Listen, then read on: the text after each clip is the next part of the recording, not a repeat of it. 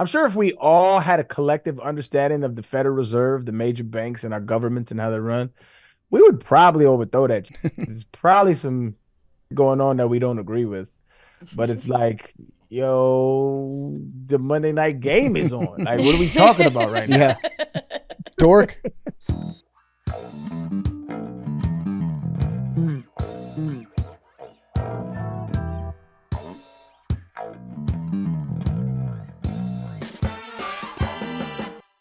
Welcome back to Macrodosing. It is Thursday. How we doing? It's September 19th, 9/19. I'm excited to say that we're presented to you by Blue Chew today. You can have better sex with Blue Chew. Arian was just telling me before we started taping that his sex isn't great now. But now with Blue Chew, it's the original brand that offers chewable tablets. These erection-enhancing tablets can help men achieve stronger, harder, longer-lasting erections for sexual activities. It's all done from the comfort of home. With Blue Chew, say goodbye to performance anxiety. Say hello to stronger, longer-lasting erections. These chewable tablets have the same active ingredients that you'd find in Viagra, Cialis, and Levitra, but they're in chewable form. They're a fraction of the cost. Blue Chew is all about having confidence when it comes time to perform and having happy and healthy relationships. Blue Chew subscriptions include a free online consultation, 24/7 medical support, and delivery straight to your door every month. Chew it and do it. No shame in your game. No shame at all. Just get some Blue Chew. We're normalizing it. Get Blue Chew, and you can say goodbye to performance anxiety. Say hello to stronger, longer-lasting erections. We're talking boners, people. If you want more confidence in the bedroom, use code MACRO for your first month for free. Just try it out. If you're thinking about trying Blue Chew, use code MACRO. Get your first month for free. It's promo code MACRO when you go to BlueChew.com. Check them out. Thank you to Blue Chew for sponsoring this pod. All right, we're back. It's Thursday. If you live in Austin, Texas, tomorrow night, Friday, I will be inside you, Austin. Pup Punk is going to be playing on West 6th at Blue Chew. What? Well, not at Blue Chew. I will be inside you. We're going to be playing at West 6th at Buford's. It's got a lot going on right there. Blueford's. No, it's going to be at Buford's on West 6th Street. And use Blue Chew while he's inside you, Austin. Yeah, maybe I'll take a Blue Chew before I go on stage. And just be fighting against having a strong, firm erection as I'm playing the guitar. It's going to be fun. Pup Punk, always a great time, and I'm excited to be back in Austin. I love Austin. And, word on the street is we might be playing a song that I've been practicing for the last 3 years that I might have tried to play at a Macrodosing live show with a backup track. We're doing it with a full band, a very full band, I'll put it that way, featuring special guest that will be joining us. Who knows who that special guest could be? But I'm excited. Texas football is back. Arch Manning's very good. Quinn Ewers is very, very good. Your whole team's really good. So come out and celebrate Friday night. It'll be a blast. Okay. It's a free show, by the way. So just show up to 6th Street. You're going to be there anyways. Come out to Buford's. It's a free show. And then afterwards, we're going to drink some beers. Pretty easy sell, I would say. But we're back on Macrodosing. We have a very special guest coming on the show because it's a topic that I think we all probably have like a kindergarten level education on, the Federal Reserve. And there's big news coming from the Fed. It came out yesterday if you're listening to this. But we're going to be talking about our guest, about the Federal Reserve and what all this shit going on actually means. And we'll hope to get some good answers from him about that. Because I don't know about you guys, but I don't know shit about financial policy. Yeah, I mean, I have a very basic level understanding about that shit. It's just hard. It's hard. People in Wall Street have trouble understanding like the stock market and the Federal Reserve and how all this shit works. And so, yeah, I watched like 4 or 5 different videos on what is the Federal Reserve just to try to get a background on it. And I think I got like a 2-year-old's understanding of it. So hopefully today we can bump that up to like a 6 or 7-year-old's understanding on what the Federal Reserve is, what it does, why it's important. And growth is growth, baby. Growth is growth. Christopher Leonard is coming on the show to talk about that. I said on Monday, let's do the Fed because today they're probably lowering interest rates for the first time in like, I think 4 or 5 years. And PFT, I didn't say that. I just said, let's do the Fed. And PFT was like, yeah, that's good. And he came in today, goes, what a crazy day to have on a guy talking about the Federal Reserve. Did you know they're having like a big thing today? I was like, yeah. Did you think I just said out of thin air, let's do the Fed? I do know that it's a relatively recent creation in the U.S. history. We did not have a central bank until 1913, and there were some founding fathers who were adamantly against it. I shouldn't say we didn't have one. We have had them before, but we've had the Fed only since I think 1913. And there were some people at the start of the foundation of our country that were like, "Do not establish a central bank." We tried to establish one, canceled it. Tried to establish another one, canceled that, and then the Fed has just stuck around for a while. Jefferson hated it. Jefferson hated it. Jefferson, he contained multitudes. Jefferson, interesting guy. We should do actually an episode on Thomas Jefferson. Yeah, down with that. Yeah, I think that would be fascinating. I've been to his estate at Monticello. They credit him with a lot of inventions that I don't think he actually invented.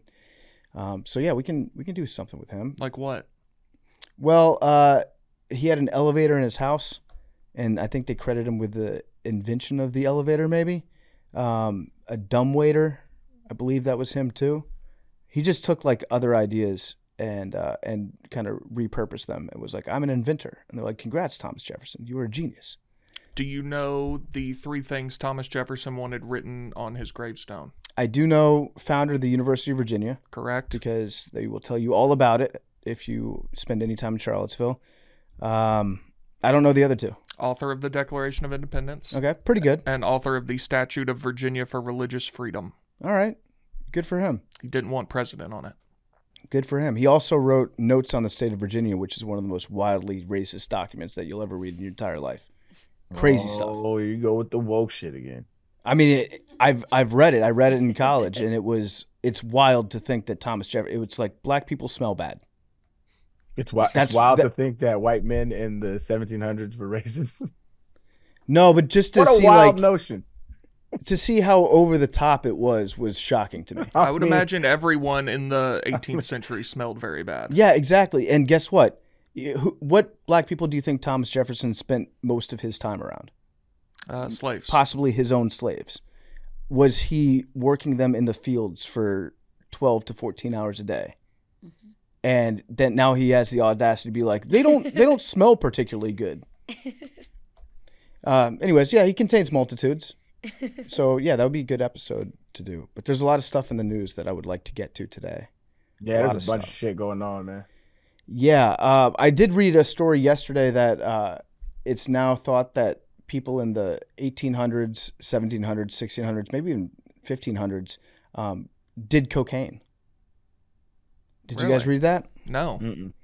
Yeah, I forget who uncovered it, but apparently cocaine use was more widespread much earlier than we thought that it was, which would explain the powdered wigs. They're probably just doused in coke. Mm-hmm. As early as the 17th century is when they're saying. So I guess the 1600s, they said that Europeans consumed cocoa leaves, whether or not that was cocaine, like powdered form as we know it today, or if it was just, chewing on the leaves and catching a cool buzz. They're not really sure. I guess they could brew them into a tea as well. But there was a German chemist, Albert Niemann. He figured out how to isolate the drug from cocoa leaves in 1859. That's what we thought. But new evidence pushes the timeline of European cocaine use back almost 2 centuries. So there were researchers that were looking at a crypt underneath a hospital in Milan, Italy, and they discovered components of the cocoa plant within the mummified brains of 2 individuals that had been buried there in the 17th century. So that would make it the earliest known evidence of cocaine use on the European continent in the 1600s. Kind of lit. It is. You probably have to do a bunch of cocaine for them to find it in your brain 400 years after you died. How long is that? I mean, I don't know enough about the makeup. What is it? Not genetically, microscopically of cocaine. How long does it last outside the? Yeah, I don't know. 400-year-old residue of cocaine. Well, it gets out of your system relatively quickly compared to other drugs. Like weed, THC can stay in your piss for up to a month if you smoke a lot of weed. Usually Right. it's out within like a few days, maybe a week or two. But coke gets out of your system within, I'd say, probably a day. I But I know guess there's it rumors might like stick around back the when I was a brain. kid, like when you take a hair sample, that they can tell with that. Yes, that part might be true. Hair contains it, like hangs on to shit for a long time. Hmm. It says they analyzed the skulls and brain tissue, so maybe it sticks up there longer. Yeah, maybe it Or sticks. if you do it repeatedly, maybe it shows some sign in your brain. Yeah, yeah. Or if you take like a fatal amount and your body dies before you've completely processed all of it, Yeah, I don't know. that could be it too. But yeah, I thought that was interesting. What else is there in the news that we want to get to right off the bat? Because there's a bunch of stuff. So Diddy, bro. Diddy Diddy, bro. got arrested. Diddy Diddy got indicted. Yeah, That's for crazy. So I don't misrepresent the charges. Let me bring them up. Let's having too much lube. That should be a crime. I'm in favor of due process, and if you have 1,000 bottles of baby oil, That's a lot. anything over 100 is 1 month in prison for each bottle. It's weapons of ass destruction. You've been saving that one, huh? I know. I thought of it like 5 seconds ago, and I was just waiting for you to finish your sentence so I could say it. It's been a while since a celebrity has been arrested for crimes that are like this serious. But sex trafficking, what were the parties called? The freak offs. Freak offs, yeah. So a freak off is just what, like basically having a bunch of people over and then putting two of your friends in the middle of the room like a cockfight, and then being like, "Go have sex," and we're gonna tape it. Is that what a freak off is? I think that was the gist of it, yeah. Well, so it's sex trafficking, sex trafficking, racketeering, and like there's some kidnapping charges too. So apparently he was like getting women and allegedly young girls. All this is alleged, by the way. And like he would get them there and drug them. And the thing is about the drugs, it wouldn't be his bodyguards have had accounts of this over the years, and now that this is coming out, all their old interviews are coming out, and people believe him now. They didn't believe him before, but now he's saying there's like a whole bunch of his ex bodyguards saying that they wouldn't spike the drink or put it in there. They would because the girls would like mixed drinks, and he would like he would put the actual drugs in like the juice, and so he would like spike the juice, and then they would be mixing the drinks, and they would knock themselves out, and then they would have like a bunch of girls and dudes that were just kind of like out of there, and then he filmed it all. He filmed a bunch of the stuff so that he had like blackmail on whoever he was who was participating in it. And so what a fucking weirdo, dog. Like, Yeah. what a fucking weirdo, cuz.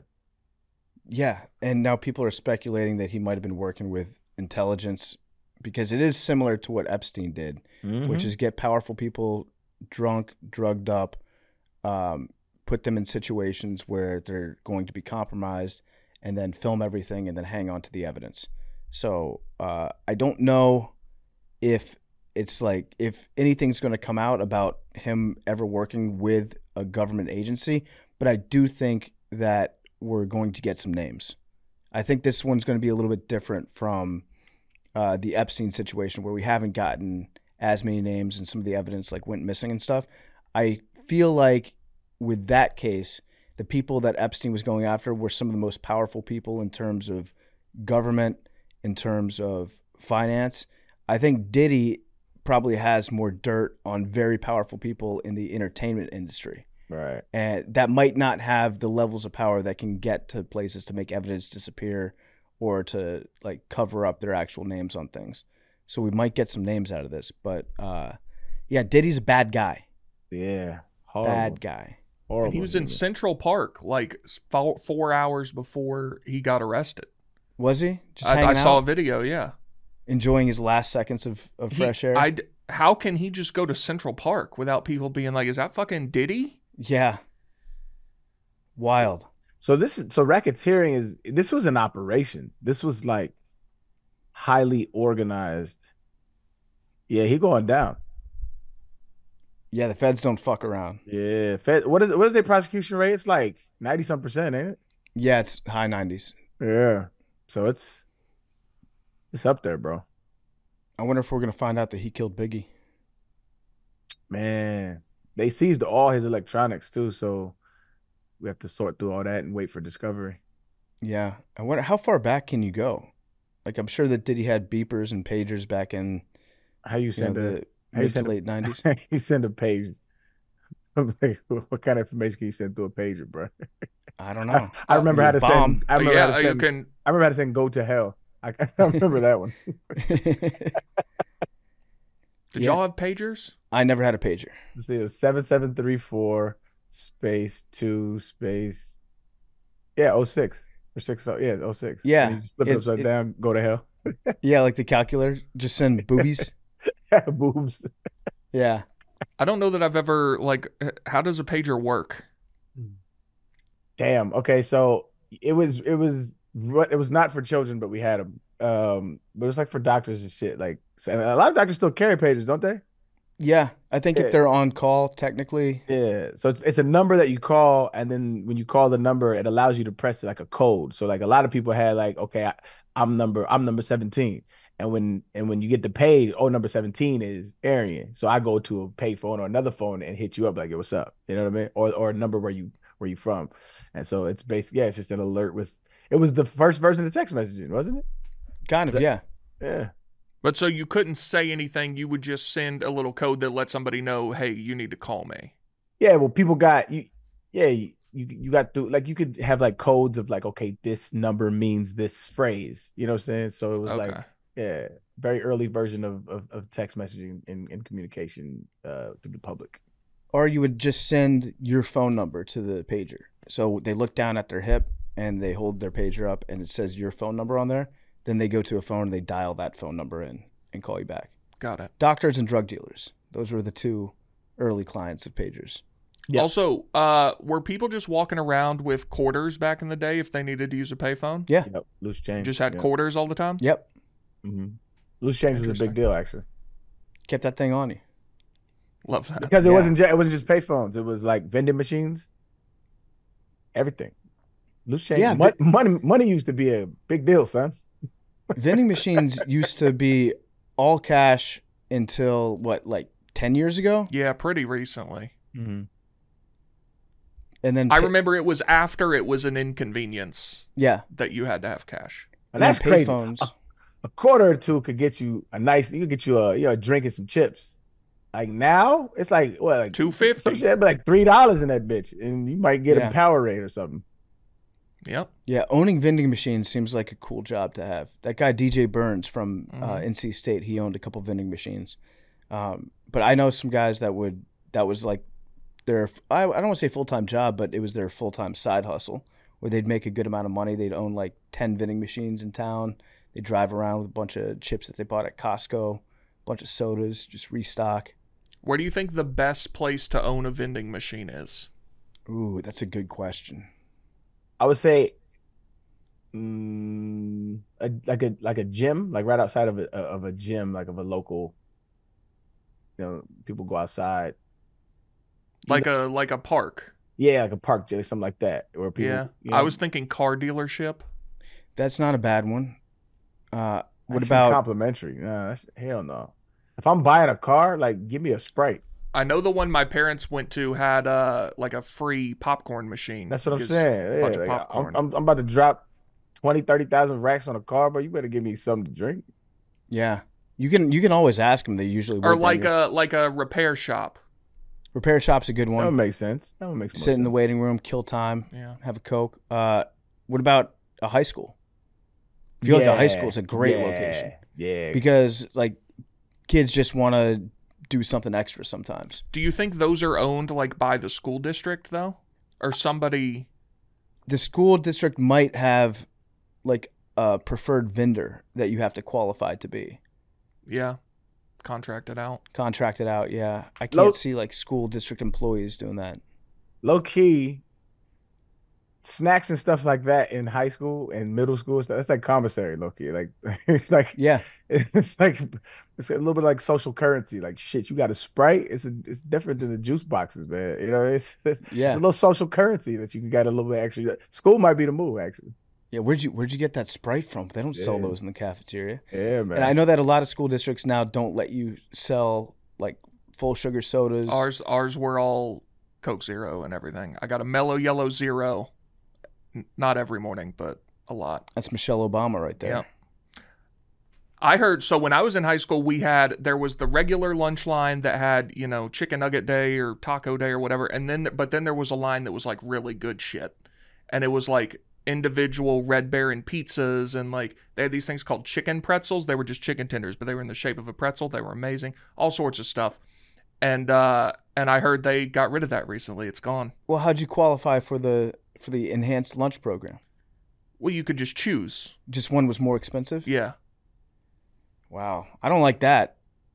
Why? Because we're creating like caste systems. It definitely was. Like, oh, you're eating the poor lunch today. It 100%. absolutely was like that. Hey, you walk around with a burger and a Sprite, you be like, okay, pretty boy, got you a nice little meal, don't you, over there? But I understand it's gone now. Would you make fun, like if you were at the lunch table and everybody had the enhanced lunch and then somebody came up with a regular lunch, would you be like, no, you can't sit here? No. It's the fine dining section. No. I don't know if I told the story, man. In middle school, man, I had my homegirl's mama. And she saved my life, man. Cause we were kind of broke as shit. And so like every day I was like, yo, let me borrow a quarter, let me borrow, you know what I'm saying? Whatever the case would be. And her mom, she went home and told her mom, like, yo, this kid, I love him. He's cool, but he's always asking for like lunch. And so she used to pack me a lunch every day in middle school. Shout out to me, Lisa, man. Every day she came with 2 lunches and her mom would give me a lunch, dog. I was like, yo, I fucking love this lady to death, man. It was That's really nice. It was That's so amazing. Yeah, it was amazing. I love her to this day. Shout out her. Yeah, man. What's her name? Melissa. Melissa. Melissa. Fun name. Very, very separate than Melissa. She didn't like that shit. Melissa. She's a selfish, Yeah, she didn't. selfish Lisa. Yeah, I don't like the mother Lisas. Me. Okay, so what else we want to get into today? There's a lot of stuff. Well, you were talking about pagers. Pagers. You want to talk about that story? Yeah, okay, so I don't know what's going on with this. What's happening? I was kind of disconnected this weekend. Okay, so I Because guess my golf game is cracking right now. Oh my God. Bro. where'd you shoot? I'm dead, still stuck in the 80s, but like, so I went to DC and my homeboy out there, and I'm just hitting the ball. Like, you ever just step up to the tee and you're like, I know I'm finna get this somewhere good. Like I'm finna hit it okay. Like that, like stepping up to the tee box with that confidence is just, dog. My game has never felt better, and I'm excited. I'm like four or five shots away from being in the 70s, and when I'm saying like, I mean that. So like I got like 3 doubles, and they were all like I think scold the chip or something like that. It's just like crazy. But like, Yeah. the game is cracking right now, dog. I'm hyped. So all your big blow-ups were really the result of one bad swing that it took you 2 swings to fix. Yep. And none of them were like far away. You know what I'm saying? It wasn't. I didn't fuck up on the tee. My approach shots are fine. It's just like I'm like right off the green, and I like skull it, something like that. Although I did skull one, and I made like no lie, like a 50-foot putt for birdie. Where'd you hyped. play? Bruh. The only one I don't remember, of course, I remember is Langston. And Langston's dope because, and the reason why he took me there was because it was the first golf course that allowed black people on. And so it's like the traditionally known like black golf course. And so like everybody in there was brothers, and it was just like they gave you a little history lesson. It's really dope. And so like every black person that has been on the PGA Tour has played there, except for Tiger Woods, because he don't really claim us like that, but we still claim him. He never played there? It's Tiger, one of them ones, man. We still claim him though, because he's good. He's good to claim. Is it named after Langston Hughes? I would assume. I didn't get that deep into it. Yeah, I've never heard of Langston Golf Course. Yeah, so I got a little hat. Where is it? Somewhere. I put it somewhere. But yeah, it was dope just to see the history lesson behind it and how they keep it alive. It's dope. Are you a museum guy, Arian? Not really. I used to be like when I could go smoke. Like if I was to smoke and go, I would love it. Like, but I can't really smoke anymore. Yeah. But yeah, I'm not opposed to museums. If that's right. Like I like them in general. Like I like them for people, but it's It was hard for me funny to get into it. when we were in DC the other week. All the other guys in the band, they were like, "Okay, what museums do you guys want to hit today?" And they were like making little trips to go see the Natural History Museum, Air and Space. And I was like, I don't want to see it. I've been to those museums. Like we're seeing museums now. You forget sometimes if you visit your hometown, like the place you grew up in, you forget about all the cool stuff Yeah. that other people, outsiders, really want to do and see. Yeah. Because if you're around it all the time, it's like, I don't want to go to the Washington Monument anymore. I've been there like 9 times. I know exactly what it is. Yeah. But yeah, if you're always around it, then you forget sometimes how cool the stuff that's right next to you is. Look at you, a little tidbit for the day from PFT. Yeah. Smell the roses, people. Go be a tourist in your own town. You'll probably That's enjoy deep. That's deep. I never went to the World of Coke till I moved out of Atlanta. I just figured I'll get to it at some point, Yeah. and then I moved. Yeah, I love that. I love that that's the Atlanta equivalent of the Washington Monument, the World of Coke. I mean, yeah, that and the aquarium. Yeah, you guys got a good aquarium? Oh, I think it's like the best aquarium. I love aquariums. You haven't heard of the Georgia Aquarium? I think it's No. the biggest one. I want to go there really bad. Do they have like not a mascot, but do they have something that they're famous for? Well, no, they do have a mascot. I've told the story. Depot. He's the orange and white fish, and they show a little movie because the pace was basically paid for by Arthur Blank. And there's another fish that comes up to Depot and says, "Is this your home, Depot?" It's DEPOT. DEEPO is his name, Oh, like okay. deep in the sea. Got it. But they're trying to make it seem like he's not a sponsored fish. Well, I think they are trying to make it seem like he's a sponsored fish. Corporate fish. I'll have to check that out next time I'm in Atlanta. I haven't been to that either in 15 Wait, years. I don't know. I'm gonna send you a picture. Look at this. Okay. They've got one of those things where it is the glass and you can walk under Yeah, it. like a tunnel. They have whale sharks. I think it's one of the only ones that Yes. has whale sharks. That's what I'm sending. That's cool. Yeah. Like you're in the ocean. It's not as cool as it looks. Oh. At least from my recollection. What do you guys think of the best aquariums? I love aquariums. Shed aquarium's great. I haven't been to that one yet. I need to go check that out. Oh my god, wait, PFT, you should go. I'm not going to lie, Big T, this looks incredible. It looks shit- awesome. Shit looks pretty dope, and I don't even like the water. Arian, now, if you were to smoke and go to this, That shit would be crazy dope, dog. that would be awesome. Oh my god. I wish Big T was a smoker. He'd have such a good time. Right, Let's go to, everything that you like. It just enhances. Let's go to Tennessee, Syracuse, and Atlanta next year, And get high? and go to the aquarium. Oh, Y'all could smoke. Why'd you pick Syracuse? That Tennessee is playing Syracuse in Atlanta. that's gonna be an Oh, ugly okay. game, dog. Ooh, I'm rooting for Aesthetically, Syracuse. those I know. oranges clash. Those I know. oranges clash, dog. don't I like it. agree. But every time we play another team that's orange, you realize how shitty their orange is. I don't disagree with that. That burn Yeah. orange shit in Texas, hmm oh, horrible. Like when we played Clemson, you're like, that's Clemson's damn near red. Yeah, bad orange, Yeah, burnt orange is brown. hmm low key. Yeah, Tennessee's got the superior orange. But you guys want to talk about the pagers? Yes. Yeah, Okay. sir. All right, so Hezbollah, they bought, I think, 3,000 pagers. From like a Taiwanese company. or Taiwanese something. company. And somehow the Israeli security departments, I'm going to guess it was probably Mossad. I believe that's what they're saying, yes. Okay, so Mossad, the Israeli equivalent of our CIA, they're generally known as being like I don't know what the right word for it would be. Best is so subjective, but they're very intense. They are, it's very important to the state of Israel. Their intelligence agency is. So they spend a ton of money on it. They're highly, highly advanced when it comes to like technology and their methods and stuff. They're looked at as kind of like the gold standard, although sometimes like very, very ruthless gold standard amongst the other intelligence agencies. So they found out that Hezbollah was purchasing 3,000 pagers from this Taiwanese company. And somehow they were tipped off to it, intercepted the shipment when it was on the way to Lebanon, and they planted a small amount of explosives in every single pager. They waited for them to be distributed. Hezbollah somehow somebody found out that they had done this. And as Israel found out that Hezbollah was starting to realize what was going on, they just said, fuck it, let's detonate all these pagers.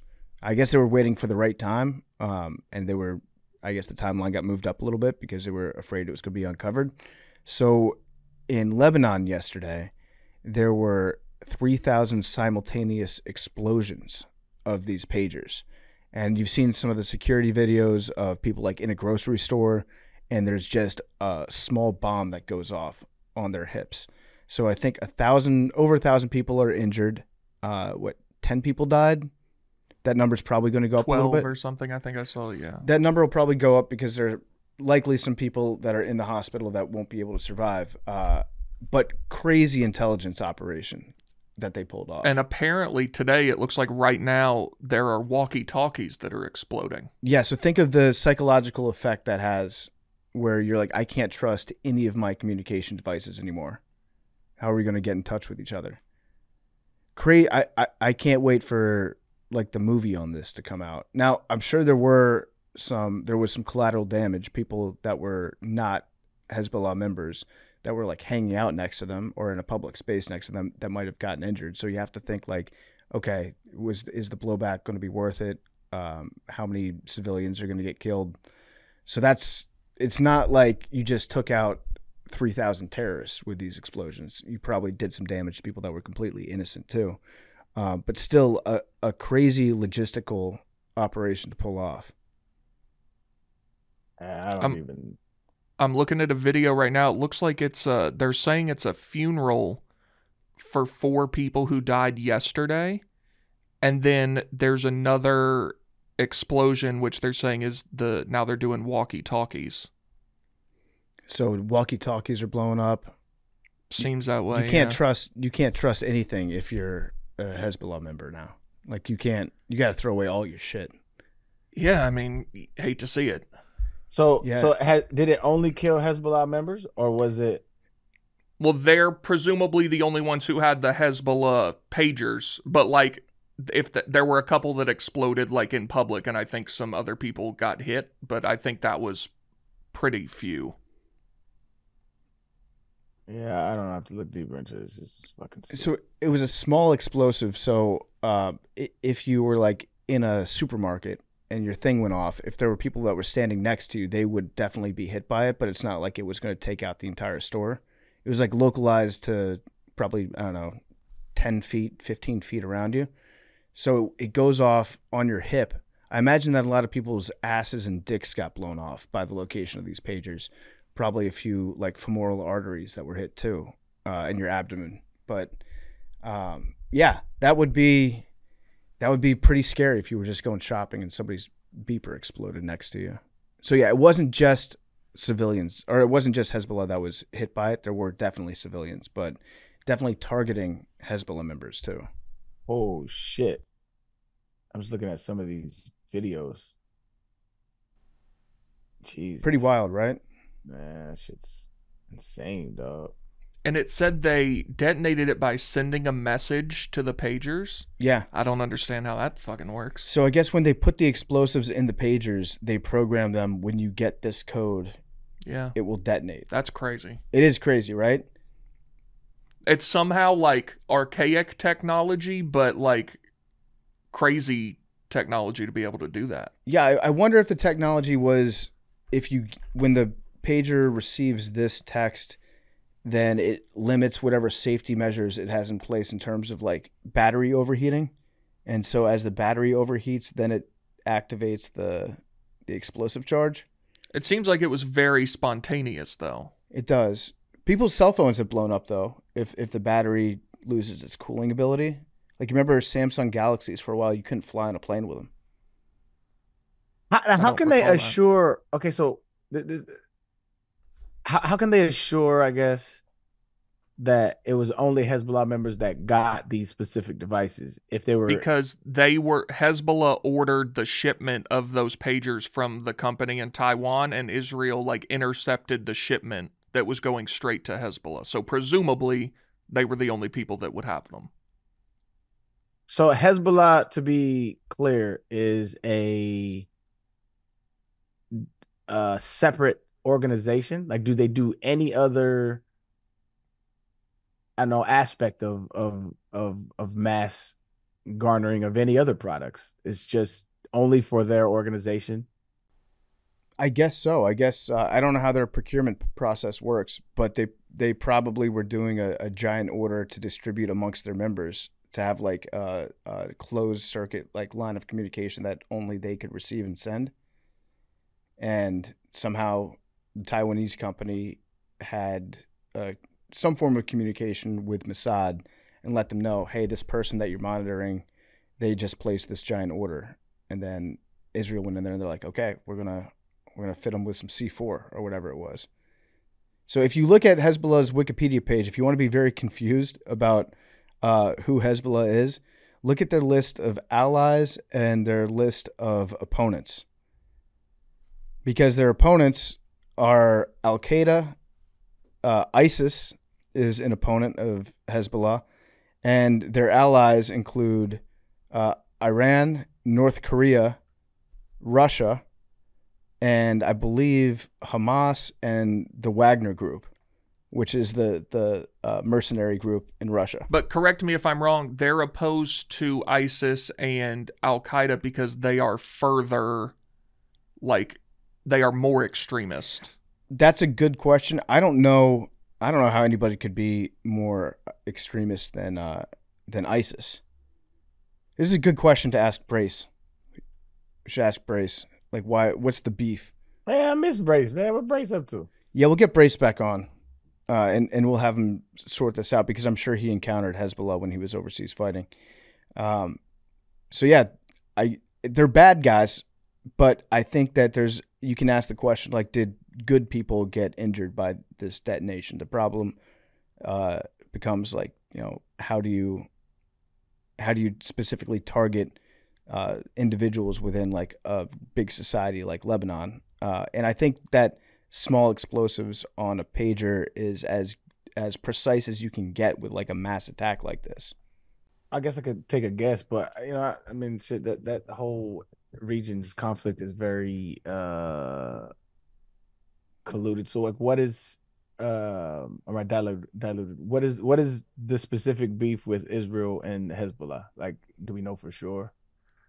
Yeah, Hezbollah is a militant group, and they have fought and committed terrorist attacks against Israel. Okay, so they're fighting the occupation of Israel as well. I don't know what it is, what their beef is with Israel. If it's about occupation, if it's about other things, but they have attacked civilians before, and they're bad guys. Gotcha. I'm confident in saying that I am anti-Hezbollah. Gotcha. Yeah, I don't know enough about these niggas, man. Hezbollah views its conflict with Israel and the Jewish people as religiously motivated. The history of the Arab-Israeli conflict to them is a repeat of the negative interactions between the Jews of medieval Arabia and Muhammad and the early Ummah described in the Quran and other classical Islamic texts. So I think it's less political and more just religious. Okay. Yeah, it would be something I have to look into. I don't know. Man, that shit's depressing either way.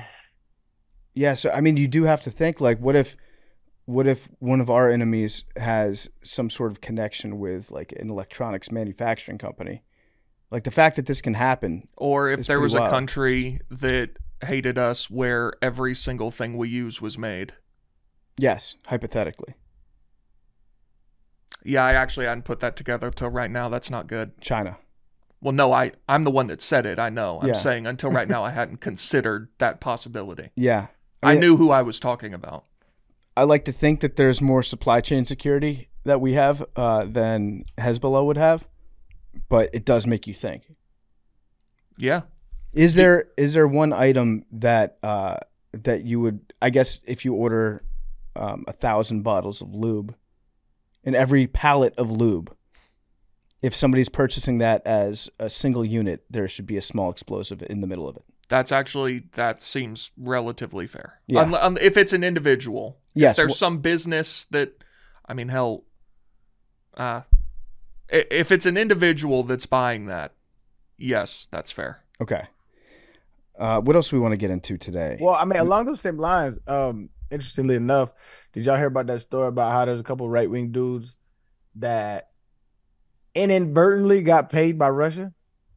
Oh, yeah, the Tenant Media thing? Yeah, so Yeah. Tim Pool, Dave Rubin Dave Rubin's like watching a train wreck. Like I love watching his content because this shit he says is so stupid, but it's so fun to watch. I don't know why people love dunking on him on the left. But a lot of these cats, like they were like super anti-Ukraine, right? And it turns out that was it was Russian propaganda that they were peddling, and they got literally paid by the Kremlin. Well, hang on. My understanding was they were the parent company that licensed some of their shows was being paid by Russia. Oh yeah, this is their out for sure. Yeah. They were asked. I don't know if this is Tim. So let's branch. put it like this. If your political ideology is aligning with Russian propaganda, you should probably maybe take a look in the mirror. Maybe. There was one. At least look at it a second time. There was one part where I forget which one, if it was Rubin or if it was Tim Pool, but they were asked to like amplify the Tucker Carlson grocery store video where he's like, look how great this is, and they were like, well, that's laying it on a little bit thick, isn't it? They're like, no, if you could like repost that on your own channels, then that would be wonderful, and they did that. So that was pretty clear Russian propaganda. Arian, I know what you're saying, but there are things that you could say about like any government where it's like, oh, your talking points align with Russia's talking points on this, and I don't think it's fair to say that's 100% always a problem. No, I'm not. Yeah, of course, I'm not. I'm saying, but yeah, that in conjunction with your parent company that's giving you $400,000 a month is literally Russian money.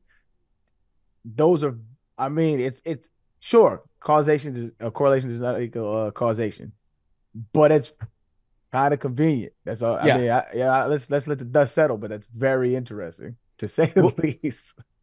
And it's funny seeing the terms of that. How some people were paid $100,000 and some people negotiated for $400,000. Yeah. Some people are just better negotiators and better business people than others, I guess. But yeah, $400,000 a month. I'll retweet a couple of Tucker Carlson videos. It's a lot of money.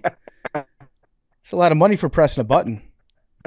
That's crazy bread, man. That's crazy bread. Yeah, I'm not alleging anything. I'm just saying it's funny.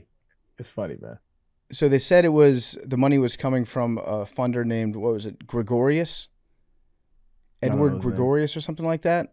And then sometimes in the communication, the name would be spelled differently. People tried to look up who it was, and they couldn't really figure out if this guy existed. Gregorian. Yeah. But those checks were clearing. Yeah. That's what really mattered. Yep. How come no Russians have reached out to us? Can we fix that, Mad Dog? I'm down. So like Big T, you could peddle it, and then we'll talk about it, and then we'll all split the bread. What is it? They were very anti-Ukraine. So like Tim Pool was like allegedly. Yeah, but that's like is that the only thing? Those are views of his own. No, apparently it is extremely. I mean, there's a bunch of stuff, but like some of the main things is being anti-Ukraine. Like I remember watching a video of Tim Pool. He was like banging his desk and like Ukraine is the enemy of the American people. He said this is the number one thing that we should be concerned about right now, and it's obviously not true. But also having Donald Trump in office would effectively help Russia, allegedly.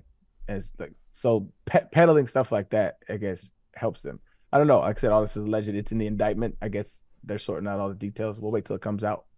But yeah, the phone lines is open. Yeah, listen, $50,000 a month. We'll refer to it as the Ukraine, and then we'll negotiate from there. That is a real thing, by the way. That when you call it the Ukraine, that's almost a Russian talking point, because it implies that the Ukraine is a region of, what used to be the USSR or Russia, as opposed to calling it Ukraine, which is its own state. I'm like, shit, $50,000, the Ukraine. Yeah. Are we technically Fuck the it. United States of America or United States of America? Ooh, that's a good question. I think we're the United States of America. Is that like the Ohio State University? We're just kind of fooling ourselves? Okay. Yeah. Well, if there were other United States of America that we wanted to differentiate ourselves, be like, no, we're the United States of America. Got you. Well, this is like really called like North America, right? So we have to like differentiate ourselves from the rest of these motherfuckers. Yeah. The. With I like how Ohio State students sometimes just emphasize the. Oh. They wear yeah. T-shirts that just say the word "the" on it. Do they trade? Is that a trademark? They tried to. I tried don't to. remember if it worked or not. I don't believe it That's did. another- I know people who I went to high school with who just had like the all capitals and then like class of 21 in their bio. Wow. So how do you you know what you're talking when about. to use the and the? Like, what's the differentiation? Like, is it? I feel like you want to fuck with people. You say the. Yeah, the is saying it with your chest. Got you. The Ohio State. The Ohio State University. That doesn't hit the same. It doesn't hit the same. You're right. But I think it's the United States of America. Yeah. I was actually thinking about this the other day because I was running a prevent defense on College Football 25 at the end of the half. And I was like, win. no, it worked. It was like one play from the guy's own 30. Anyway, Got you. I was like, that's the only time you say prevent. The word is prevent. Yeah, it's true. Wow. I was like, that's the only. But if you said prevent defense, that sounds weird, and nobody says that. But that's the. Kind of like I'm about to go to the Caribbean islands, but I'm about to watch Pirates of the Caribbean. Yeah, I never got that. Well, I one. think that's just that's just a difference. Like I'd say 50% of people say it one way, 50 say That could be other. the case, but like for me, there's a distinct difference. Like I'm watching Pirates of the Caribbean. I'm not going to the Caribbean. I'm going to the Caribbean islands. But I feel Yeah. Yeah, if somebody said Pirates of the Caribbean, that'd be you'd be like, wild. what? That's not it. Pirates of the Caribbean. That's what I say. You said You say Pirates of the Caribbean?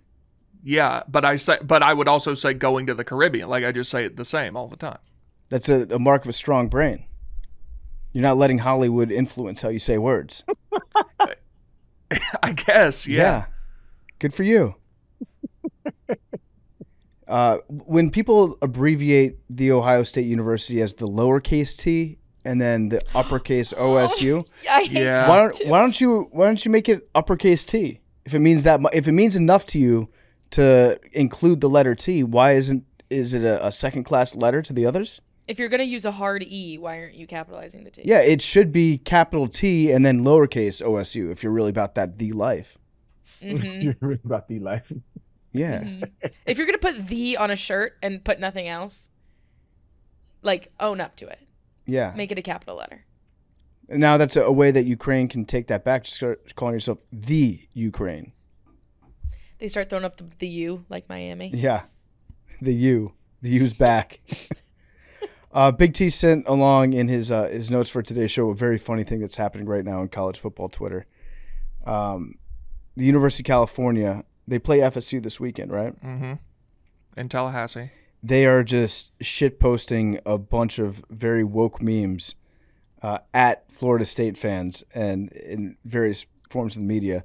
Where there's one where it's all the Cal Golden Bears and they're on the sidelines in the pregame national anthem and all the Bears are taking a knee. My favorite was credit where it's due. These are hysterical.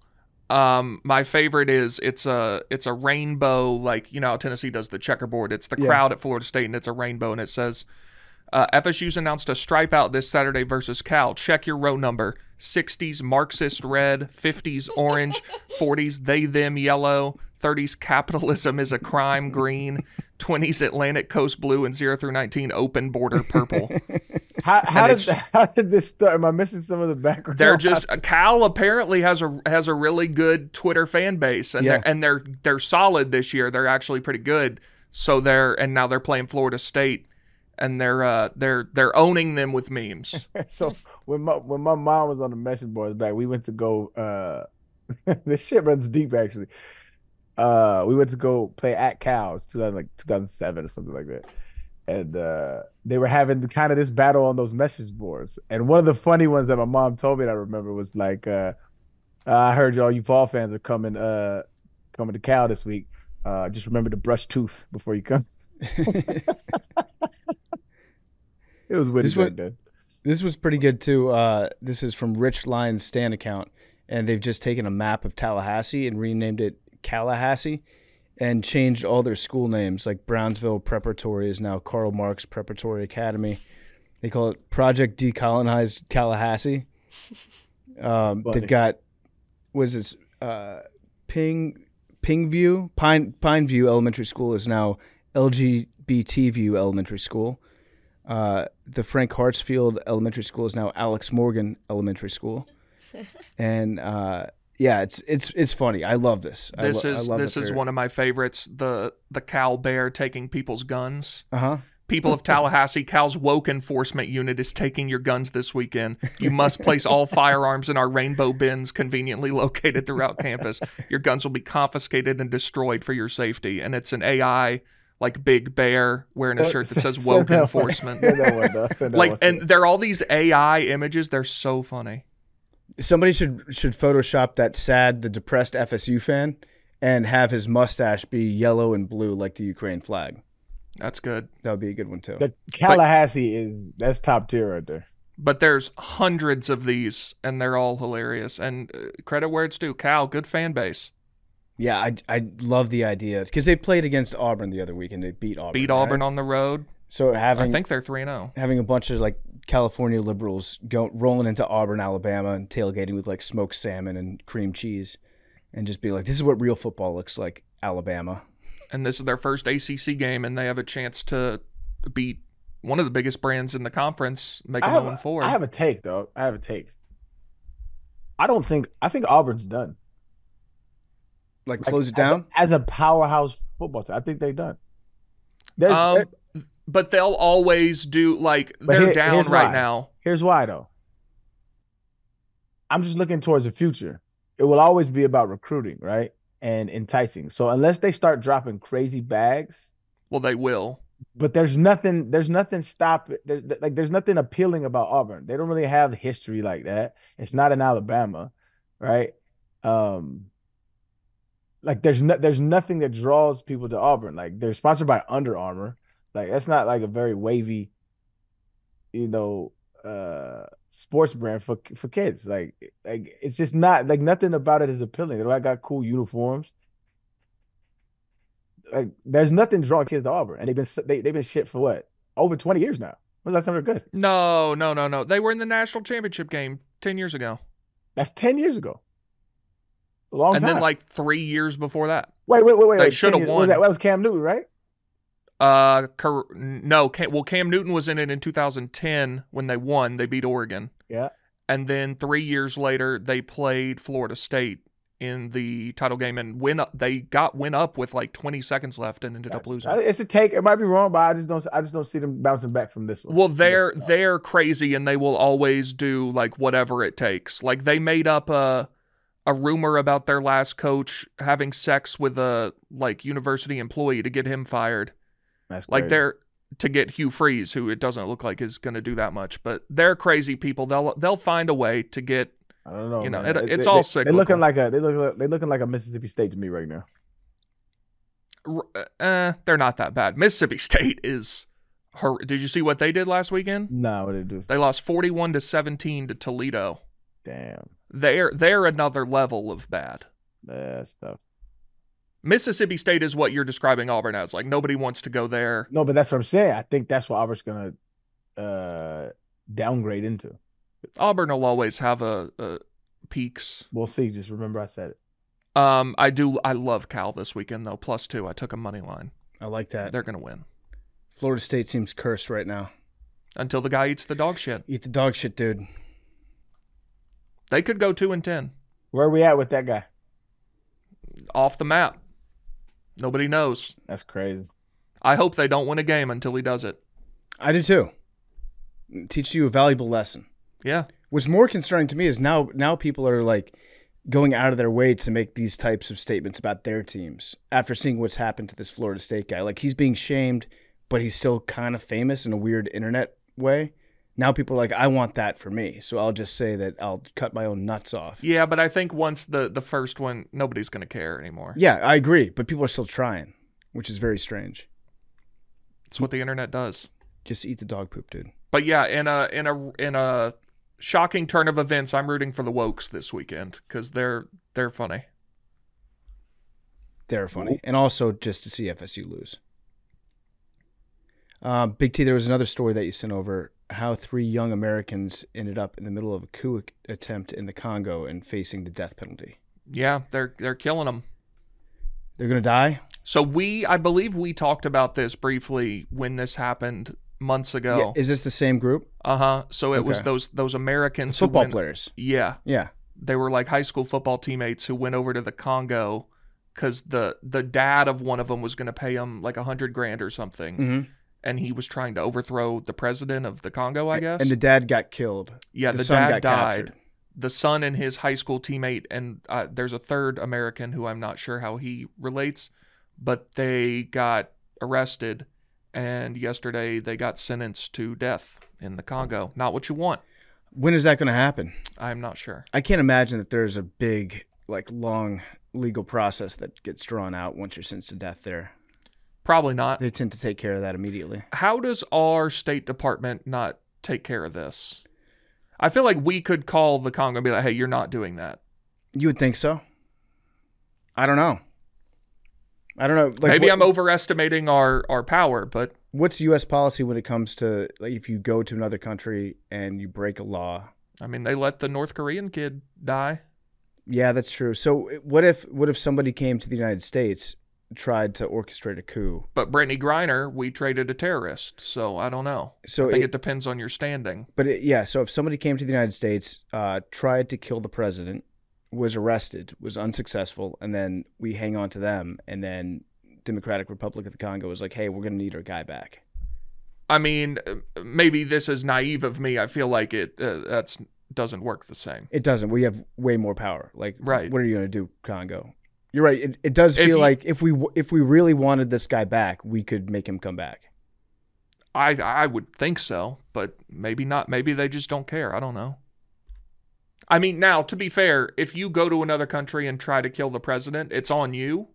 Yeah. But I do feel like if we really wanted these guys back, we could do it. We could make it happen. Yeah, just lean on some people.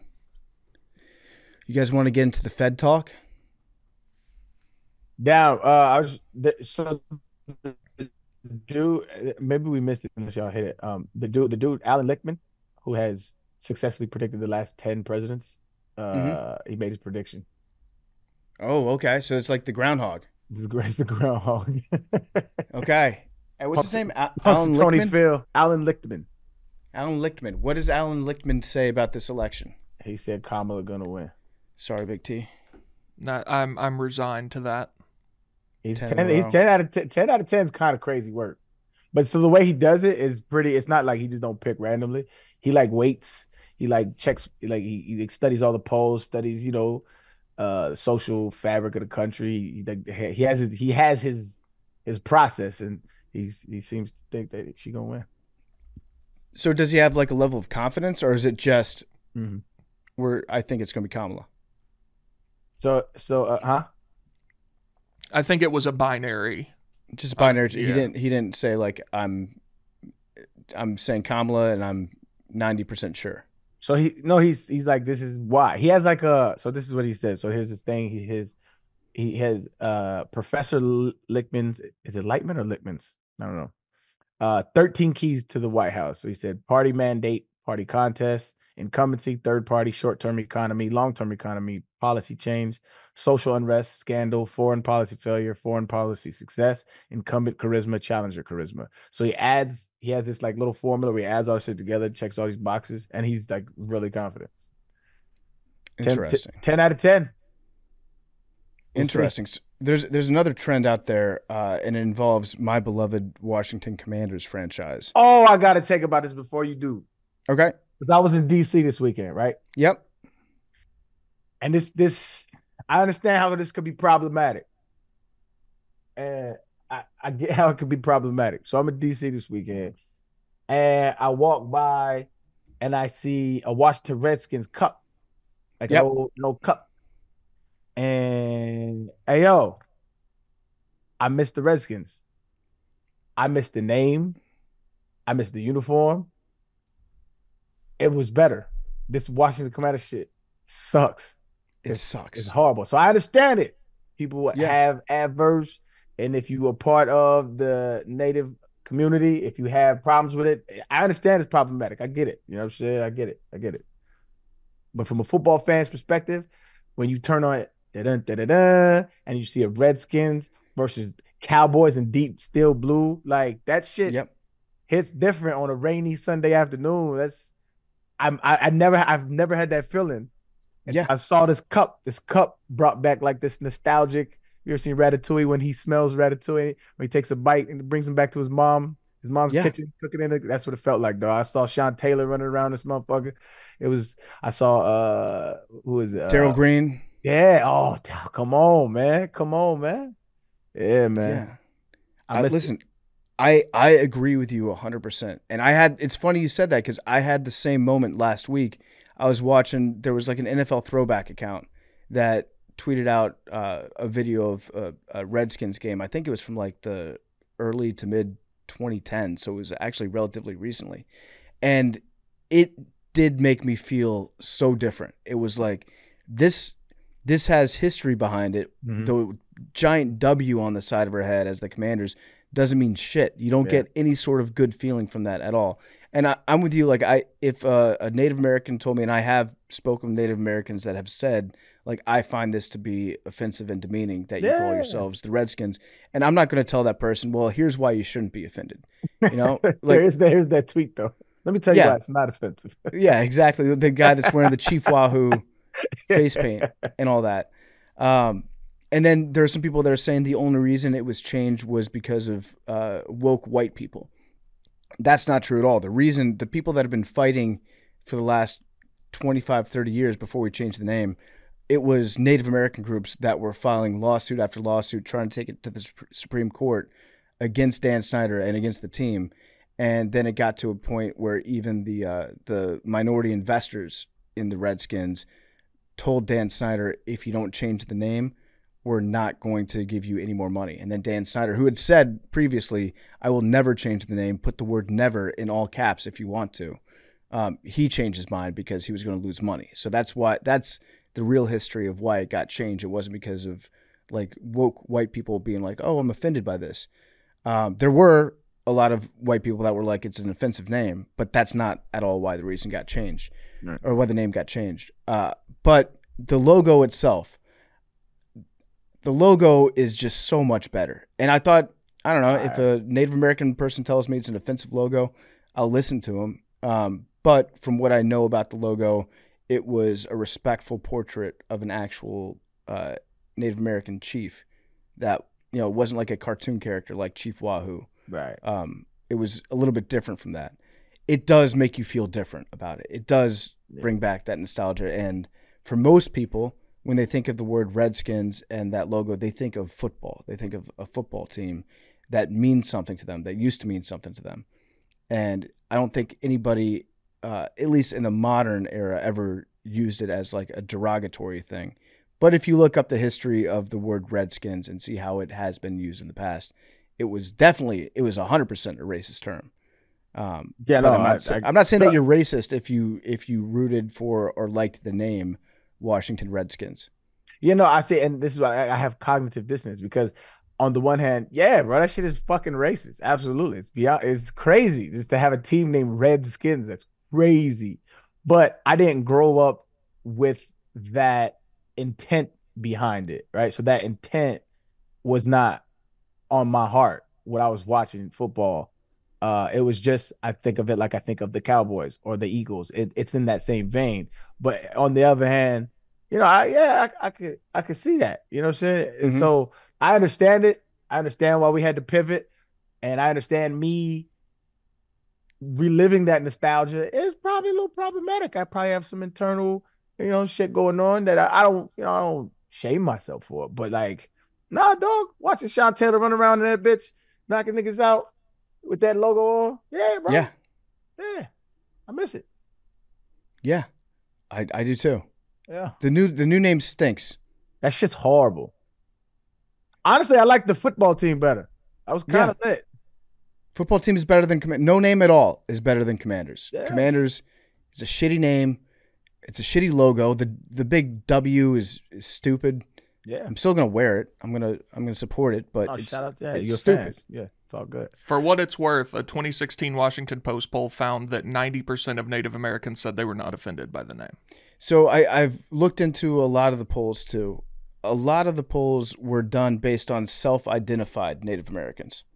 So if you were to say like, yeah, I'm 1/16 Cherokee, like my mom's dad was half Cherokee or something like that, which a lot of people do say. They asked Elizabeth then Warren. you that could be. Then I you don't could know. answer the poll question. I've seen a lot of polls that the Annenberg public policy poll, that was like the first one that the team used for a while. That was one of those polls too. I don't know what the real number is. All I know is that I've talked to actual Native Americans that have been like, yeah, this is a really fucked up name and I hate it. And I can't be like, well, no, you shouldn't. Like I have to be like, okay, I understand. I get that. It's really not my play. I can't be like, well, 90% of people aren't offended by it. And it ain't for me. It ain't for me to, get like if somebody fight it, yeah, I get it. It is what it is, bro. Just because I like it, don't make it like I don't have to be my reality because I like it. There's more people in this world than me. That's how I look at it. Yeah, and people that say like, what's next? We have to change the Minnesota Vikings because that's offensive to Swedish people. Well, if there was like a large group of Swedish people that were petitioning the United States government and trying to take things to the Supreme Court saying, I'm deeply offended by this, then you would have to like listen to their perspective on things. But I don't think that there's anybody that cares. I think everybody's like, yeah, cool name. Agreed. Yeah, but yes, I had a moment this weekend. So I couldn't wait to tell you. I'm glad you brought that up. But you had something you wanted to say about it. Go ahead, brother. No, it's a good logo. It's a great logo. It is, and it makes you feel something, and I miss it. And I grew up around, so in Albuquerque, New Mexico. The reason why I can't, so like when I have Mexican food in other places, it's not the same to me because it's from Mexico for sure.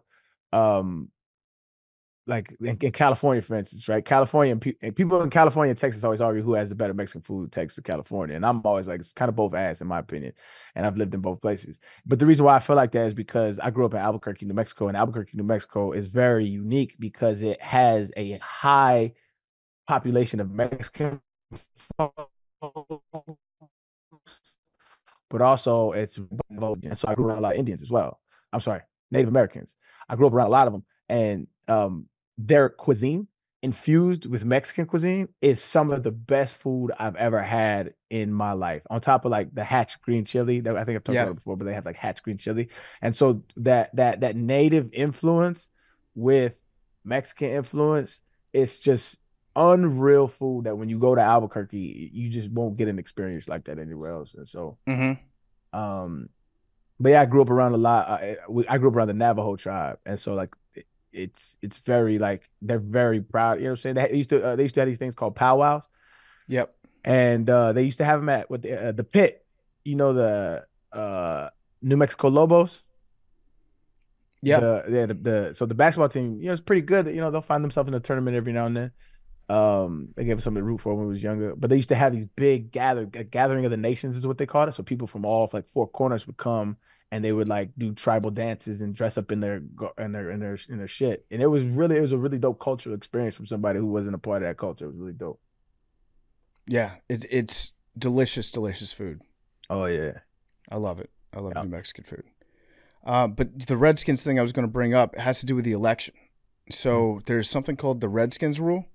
And since the team has moved to D.C., they moved there, I believe, in 1937. There have been 19 presidential elections, and 17 out of 19 times there's been a hard and fast rule that has since followed. So if they win their last home game before the election, the incumbent party wins the presidential election. If the Redskins lose, the challenging party's candidate wins. There are two exceptions to that rule. One would be when John Kerry lost to George Bush, and the other would be when Donald Trump won against Hillary Clinton. But if you're a Democrat, then you want the Redskins this year, or the Commanders this year, to beat the Bears. That's their last home game. Wait, the John Kerry year, did Bush win the popular vote? I think he might have. So there was a that year I believe he did, but yeah. They put like an exception in where if a team or if a party does not win the popular vote but they win the election, the next year the Redskins rule is flipped. Ah, okay. If that makes sense. So yeah, if you're a Harris supporter, you want the Redskins to beat the Bears. I believe that is October 27th. If you're a conservative, you want the Bears to beat the Commanders on October 27th. A little something extra to root for. Yep. Commanders are currently a 5.5-point favorite. At the look-ahead line? Yeah. That seems like that's a lot of points.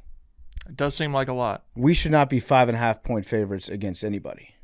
If that game was in Chicago, what's that line? I guess by this logic, it would be, what, 2.5? Like the Commanders would be 2.5-point favorites? That seems even crazier. Yeah, so that's what that implies, right? Like 3 points is what you get for being a home team. Yeah, I don't. Maybe I'll take a little gander at the Bears that day. That's it. Not a bad pick at all. We'll see what happens this week. I'm going to Cincinnati on Monday night. Can't wait for that. Who would have thought Trump's fate rests in the hands of Caleb Williams? Mm-hmm. So you guys want to get into the Fed? Yes. Absolutely. It's breaking that bitch. Okay, let's talk about it. Let's break in that bitch. All right, so we'll talk about the Fed. We'll also interview Christopher Leonard. He's going to talk to us about his experience writing about reporting on the Federal Reserve, what it means for financial policy. But the Fed, it's not always been a part of America. There were the first 60 years of us as a country, they tried to establish a central bank twice, and neither one lasted for longer than 20 years. So a lot of people don't like the idea of having a central federal bank. A lot of people, like Thomas Jefferson, when they were writing the Constitution, thought it was very dangerous because it put too much power in the hands of too few people. So Alexander Hamilton believed in having a central bank. So it was their beef. It's like the Bloods and the Crips, but it was Hamilton, Jefferson arguing about whether or not national banks would create a financial monopoly. So Jefferson wanted state banks. That way, the different smaller branches could craft their own rules depending on what their constituents were, who their customers were. And Hamilton felt like having a large, stable federal bank that oversaw all the other banks was a better idea because it just made for more consistent financial policy. So there was a lot of beef about that. We made the first bank of the United States, and its charter was only 20 years. It expired in 1811. Congress failed to renew it by a single vote. And the second attempt was foiled by Andrew Jackson, Old Hickory, because he made attacking banker-controlled power in his campaign a big issue, and the public liked it.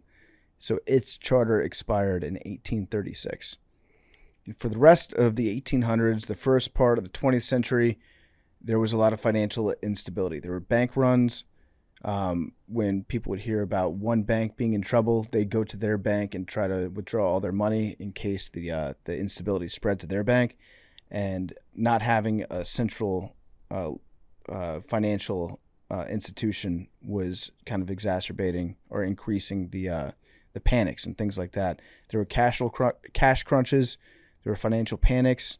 There were really bad ones in 1893 and 1907.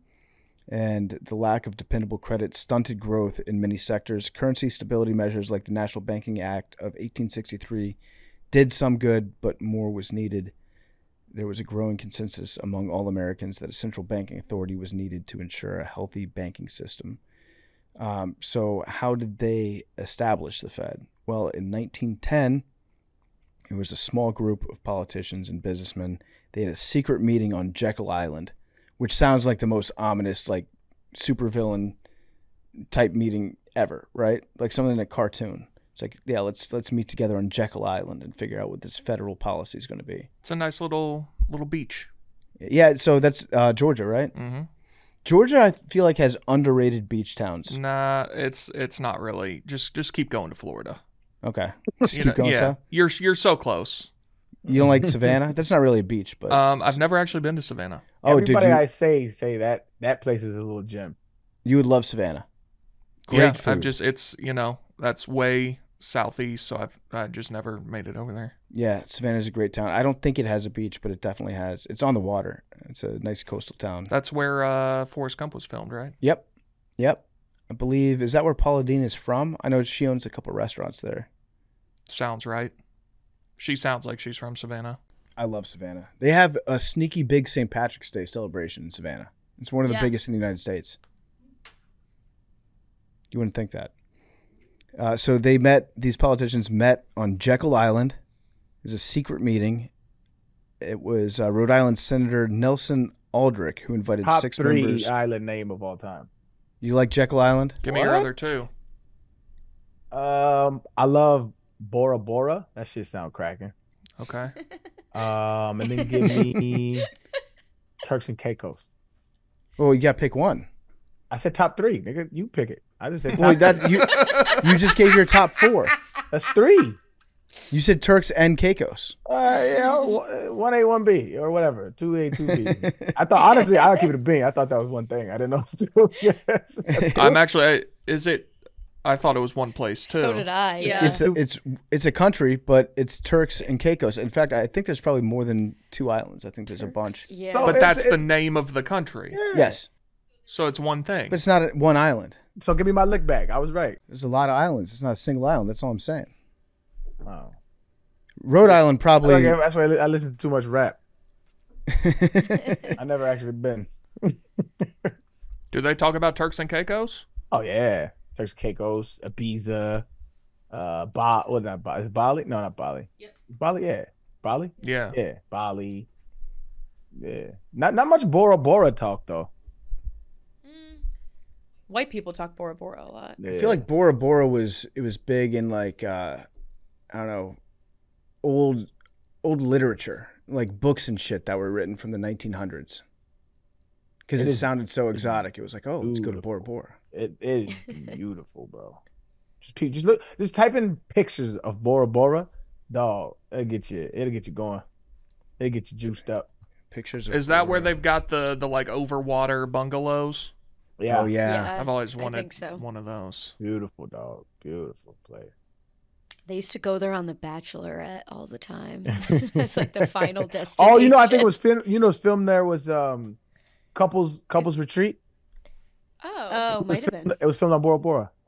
Is that where Kim Kardashian lost her diamond earring? I don't. Oh, I bad. think so. Yeah. Great scene. Wrong Great guys. scene. Kim, there are people that are dying. I lost my earring, Courtney. Oh, you seen it? I didn't know you saw it. Oh, dude, I watched earring. Keeping Up with the Kardashians a lot when I was a really? kid. It That's was shocking. they were all Why? they were hot, and it was like there wasn't a ton on. There wasn't like on. What do you mean? You grew up in the Like, area? Like, what? Yeah, but like it was a nice watch, I'm not judging, brother. Get you. and it was mildly entertaining, and it was all Mildly. hot women. Not And Lamar Odom. You were gonna say except. well, not Chris. I mean, Oh, she's a little past her prime. okay. No, that's like Oh, Arian's bag. Yeah. A powerful I don't know who Chris is. order. Who's Chris? The Kris mom. Jenner. Kris Jenner, the mom. That was married to I thought that's a dude. Caitlyn Kris Jenner, Jenner. formerly I Bruce. mean, you give me. Extremely powerful, too. It depends, man. You know what I'm saying? Oh yeah, I'll slide up. Yeah, I'll slide up. She actually I'll has pull up on ya. Well, she has a young boyfriend. I forget how old he is. Of course she does. Corey? Of course. Yeah. Let me find a little sugar mama. Let me give me a little sugar mama. He's Yeah. 43. Her boyfriend's 43. Oh. How old is Perfect. she? 68. Wow. Wow. Arian. Heard you like him young. Just swipe up. Is that dude in the will? I don't think they're married, but Yeah, I don't know if I don't they've think they're been legally together married. for years. Like 10 years. Who's her dude? What's his name? Corey Gamble. Corey Gamble. Why do I know this name? I'm not quite sure. I only know him from He's a manager. Yeah, I've heard his name Dating- somewhere. Chris Kardashian. But he definitely was famous on his Yeah, he's a own business before. executive. Yeah, talent manager. Yeah, I've heard his name aside from her. I've also heard from Kardashians, I mean, not all positive reviews out of Corey Gamble. There may be an opening at some point. Hey, I will patiently wait in the wings. We'll see what happens. You know, I'm gonna leave my schedule open. Mhm. We'll see what Are happens. they man. still doing that show on Hulu? Yeah. Mhm. I tried to watch the first couple and it wasn't the same. No. Oh, I watched the first episode of the Aaron Hernandez American Sports Story. The Oh, is it good? dramatization. It's wild that it's called, like, the abbreviation is ASS. Wait. American Sports Story. Sports Story. Why would they Yeah. do that shit? So I watched episode 1. 2 episodes came out last night. I only saw the first one. The scenes of him at Florida, it's weird watching it because understandably the University of Florida did not give them like the rights to film inside the stadium. But there's a bunch of scenes where he's like on the practice field at the stadium. And it's very clearly done in front of a green screen. And it looks very CGI and strange. That part's weird. It seems to focus a lot on Aaron's anger issues coming from being in the closet and not. How accepting real that was part of that? his Like, life. was that a Wait, real? he's gay. Was he really? Wait, he was I gay? think I he didn't know said that it in either. his suicide note, didn't he? I don't know if he said it in the I don't suicide think note, he but did. I think his former quarterback on his high school team That's right. has It was said like it was an that allegation. they had a relationship. Yeah. Huh. Damn. So he was And- murdering dudes because he liked them. The speculation is you remember the guy that he shot in the eye that survived? Okay. I forget what that guy's name was, but he shot one of his friends in the eye down in Florida, I believe. And in this show, they speculate it's because that dude knew all of Aaron's secrets in the past about like the violence, but also the gay stuff. So he shot him in the head, thought that he killed him, pushed him out of his car, and then like a couple months later, while he was on the Patriots, he got a call from the guy being like, "Hey, you didn't kill me, bitch. You missed." And that guy ended up testifying against him at his trial. Naturally, yeah. Does that make you a snitch? No, bro. I tell those people all the time. You only snitch. Like, if you're a regular civilian and you see a crime, call the police. Tell the police. You're not snitching. What snitching is, it's street code. It's criminals code. If we are doing a crime, if me, Big T, and PFT, we are doing a crime together, we go on a mission, we rob a bank, we go to, you know what I'm saying? We got some work to put in the neighborhood. And PFT, you get caught, and then you dime me out, and you dime Big T out to lessen your sentence, you I would snitch. never. We all signed up to do a crime. We're all criming together. If you didn't tell to lessen your sentence, yes, now you're a snitch. Arian and I are going to have our guys come get you. Yeah, but Or I think might this just pull up guy. on you. I think this guy You have to go to that PC. testified against Aaron, he was involved in some of the illegal shit that Aaron was doing, but Aaron tried to kill him, like shot him in the head. That's a snitch. If you're involved in criminal activity Yeah, and you telling on somebody else to lessen your sentence, I don't care if he tried to kill you. That was 6ix9ine shit, right? So 6ix9ine was a rapper, and so he bought his way in for this protection, got the protection. They started doing criminal activity, but then they started fucking with him. They turns around and tells on him to lessen his sentence. Yeah, that's a snitch. You was involved in it until it didn't profit you anymore. Suck a move. Here's what it is. Now, if like I said, but if you're a regular citizen, and that's street code, right? They have their rules. That's what it is. If you're a regular citizen and you're walking down the street and you see a crime, report that shit. Tell the police. Do your due diligence as a citizen. Be a good human being. But if you're a criminal, that's what you signed up for. It's the life you signed up for. fair. So I'm gonna wait to give an official review on the Aaron Hernandez story, ass, until after a couple more episodes. But Ironic. What an ironic. Yeah, I know. thing. The guy that they have playing Urban Meyer he doesn't look anything like Urban Meyer. The guy they have playing Tebow Doesn't look anything like Tebow. But I'm encouraged at how corny they made Tim Tebow just through like today's episode or the first episode and the very start of the second episode where he's like, Aaron's getting his ass kicked in drills in one of his first practices. And Tebow's like, come on, man, you can do it. God. Like Super Tebow. We got Super Tebow playing. Bro, okay, there's nothing more I hate as an ex-athlete than watching television or movies with sports scenes in them. It's so fucking bad, dog. Oh, but there's that one like. Are you talking about Draft Day? No, there was no sports scenes. I didn't have to do any athletic movement in the movie. That's what. So like the reason why you'll hear a lot of guys that like Any Given Sunday because it wasn't that bad. It was pretty good. It was okay. And plus, Jamie Foxx is pretty athletic. LL Cool J is pretty athletic, right? So it looked good. It looked believable. But a lot of the movies, bro, the football scenes in there, the basketball scenes in some movies, bro, be so tacky. So tacky. Is it Love and Basketball that's got that really bad scene? Which one? Love and Basketball. Love and Basketball was pretty bad. What's another bad? You remember the Fresh Prince of Bel-Air? Yeah. Any scene where Will was playing back court had to be 30 feet long. Yeah, just dominating. That's so horrible, dog. I think not Friday Night Lights. What's the one? That one wasn't bad. That one wasn't bad either. I remember they used to film that TV show in Austin, and I always wanted to go out to be like an extra, just like on the football team. The TV show is bad. The movie isn't bad. The movie's not bad. Okay. Yeah, I was talking about. I never saw the TV show. Well, it's a great TV show. Just the football scenes. Every game they somehow have the ball down 1 point with 17 seconds left. It's like this has happened 8 times this season. Okay, let's win a game by 12. They know how to finish. They know how to finish. Yeah, it's insane. Varsity Blues I thought was pretty good with the choreography. That's the one. Yeah, Varsity Blues wasn't bad. It gets a little silly, with some of the things that happen in games, like wild. Yeah, but like it's a good watch. I can already tell you the choreography in this is going to be very bad. It's bad already. They did some of his high school games and stuff. That part is not going to be good. Come on, man, you could do it. Yeah, Coach is right, guys. Yeah. If we want to win, it's on us. But that's another thing. Any Given Sunday. What's guy's name? Al Pacino. Ooh, that boy gave one of the best speeches of all time in the movie. It's my favorite speech in any film, TV, anything. Bro, I mean, as a football player, that's what I did for a living. I watched that like, hey, yo, I'm ready to let's rock. You know what I'm saying? And all the other movies, their shit is whack. It's just horrible. But that motherfucker, he got me going. I might throw that shit on in the background while we talk. Pissed away all my money. Chased off anyone that ever loved me. Yeah, and the music. Come on, man. Oh, yeah. It's amazing.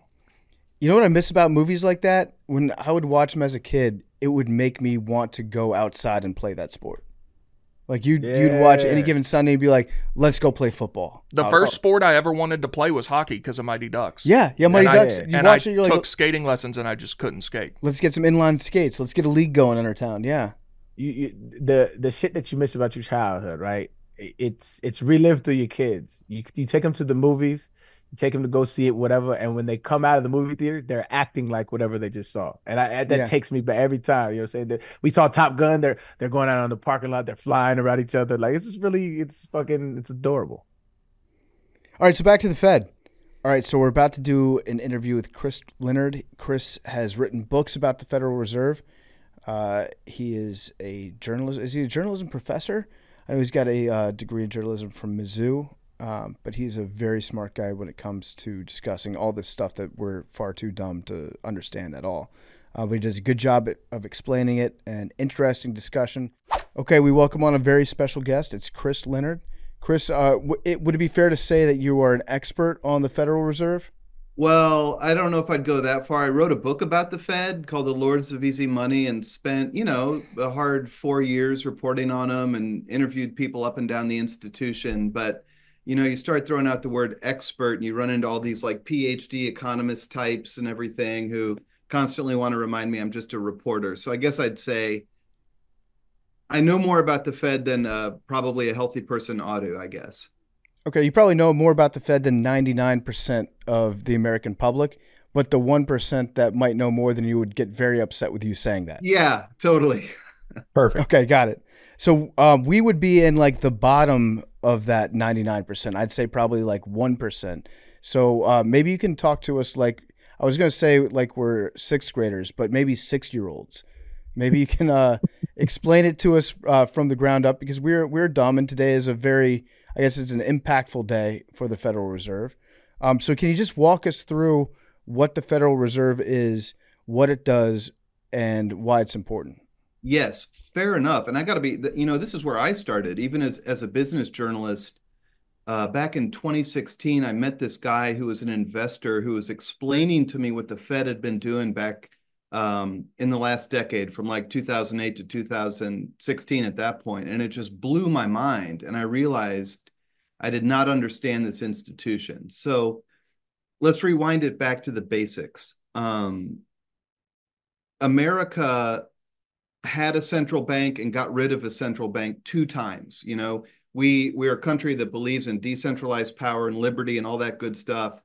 And we didn't want to have a central bank because it represents so much concentrated power. But in 1913, we decided to establish this government-run / kind of private sector thing that's a central bank called the Federal Reserve.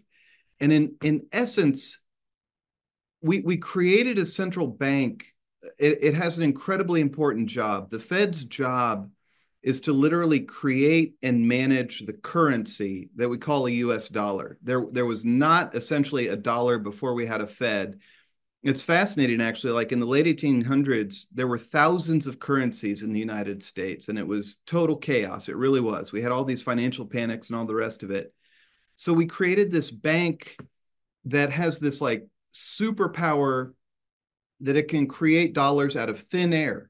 If the Fed wants to create a dollar, it just says, boom, new dollar has been created. And so we created it to both create our currency and then manage it. Make sure there's not too much money, not too little money. And then the final thing the Fed does is when there's a banking panic, it prints new money out of thin air to stabilize the banks and stop banking panic. So I'd say that's what the Fed is, and that's what it does. Okay, so to kind of like standardize or keep the baseline relatively consistent across the economic platform of the entire United States. So you said that there were different currencies that were around in the 1800s. Was there like a predominant currency, or what were some of the weirder ones?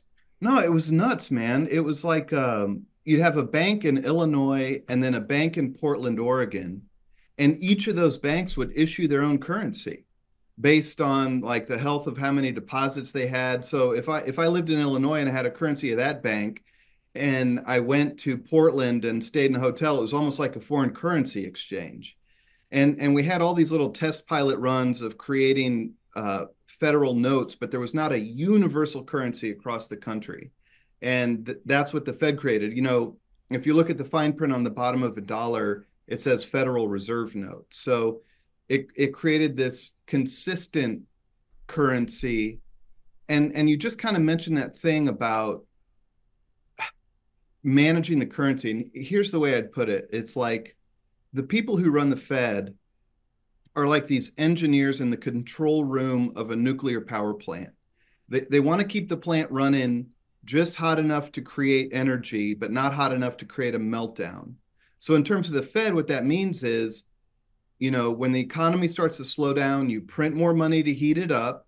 But then if the economy is heating up too much and you see inflation, then you take money out of the system, you reduce the amount of dollars and kind of cool it down. So their job is to kind of manipulate the money supply in a way that gives us as smooth economic growth as possible. Okay, so they're supposed to exist outside of politics, in theory, right? In theory, that's like a super important part of it. They wanted it outside of Congress and the White House because, there's this great seduction to print money when times are tough. You see it all around the world. And the problem is when you print endless amounts of money, it can lead to massive inflation. So they said, okay, we're going to create this institution, honestly, run by a group of unelected bureaucrats who never face voters. And that's going to give them this like independence to make the tough decisions when they have to. Okay, so what is their motivation? People that are nominated and appointed to the Fed, what's their motivation to do a good job? God, that's a great question. I mean, okay, here's what the Fed people will say, and it's accurate. Um, in 1978, we actually passed a law that creates this thing called the dual mandate. But what it means, these people think they're doing a good job when they do two things. They avoid inflation, which is like that's that nuclear power plant meltdown. That's the boogeyman that they want to avoid at all costs is high inflation, which happens when you create too much money. And at the same time, the other part of that mandate is they want the economy to grow well. They want full employment. So their job is to make sure that we don't have depressions and massive recessions, and at the same time that we kind of manage this economy just right without creating inflation. Okay, but they don't, outside of just existing in society, they don't have any skin in the game where it's like if you do a good job, then you get like I don't know if that would be like a bonus check or whatever. Obviously, they're not driven by their compensation because they only make what $200,000 a year or so. Yeah, that's right. I mean, they really are bureaucrats, and I think it's twofold. I mean, first of all, the Fed has a chairman or chairwoman. You've heard about those folks. They're kind of famous. Alan Greenspan, Janet Yellen was chairman of the Fed. Jay Powell is the guy now. And there's this legacy issue. They want to, they're public figures. They want to be seen as having done a great job, like Greenspan, who's basically like a hero. You got the legacy thing, but then, you got to point out, talk about a bonus check. I mean, I think, first of all, a lot of the people that run the Fed are wealthy before they get in, but they're sort of a Fed to Wall Street pipeline. Like the former chairman, Ben Bernanke, got out and got really sweet consulting gigs with like Citadel, which is, I guess I'd call it a private equity firm. So, the bonus check can kind of come after you leave and you get hired at a Wall Street institution. Yeah, because you know the mechanisms, you know exactly how the new chairman is going to be evaluating what to do for policy and things like that, so you can get ahead of that, I guess, a little bit as a consultant. It's interesting. So today's a big day for the Fed, right? Can you explain us what's happening today? Yeah, I can. And if it's okay, I'd kind of like to put it in context to sort of where we are because it's really important. You know, the book I wrote looks at what happens in the 2010s, and there's a reason for that. And we can go into it deeper if you want, but let's just put it this way. After the global financial crash of 2008, the Federal Reserve, to put it bluntly, I don't want to say they went nuts, but they went way outside the boundaries of what you and I just talked about managing the currency and bailing out banks in the time of crisis. The Fed in the 2010s kind of became the jobs program of the United States. And what they did was they kept interest rates at zero, okay? I talk about those engineers in the control room. The way the Federal Reserve manages our economy, intervenes in our economy, is by changing interest rates, which changes the price of money, basically, okay? Lower rates means more money, more borrowing. Higher rates slows it down, means less money. The Fed, for like 8 years, kept interest rates at zero, pedal to the metal. We had never done that before. And at the same time, they printed money at a scale that's like breathtaking and completely unprecedented. The Fed printed like $3.5 trillion between 2008 and 2014. To put that in perspective, that's 3 times as much money as they'd printed in the first 100 years of their existence. So it was like this massive, massive money printing program. Okay, why am I talking about that? Because when we hit COVID and all the craziness happened and where we are today, the Fed printed like $6 trillion more dollars, by the way, printed tons of money. And then in 2022, the meltdown happened, if you will. We had super high price inflation. And that's like a total no-no, flashing red light for the Fed. They got to do something about it. So what the Fed did in 2022 was they slammed on the brakes.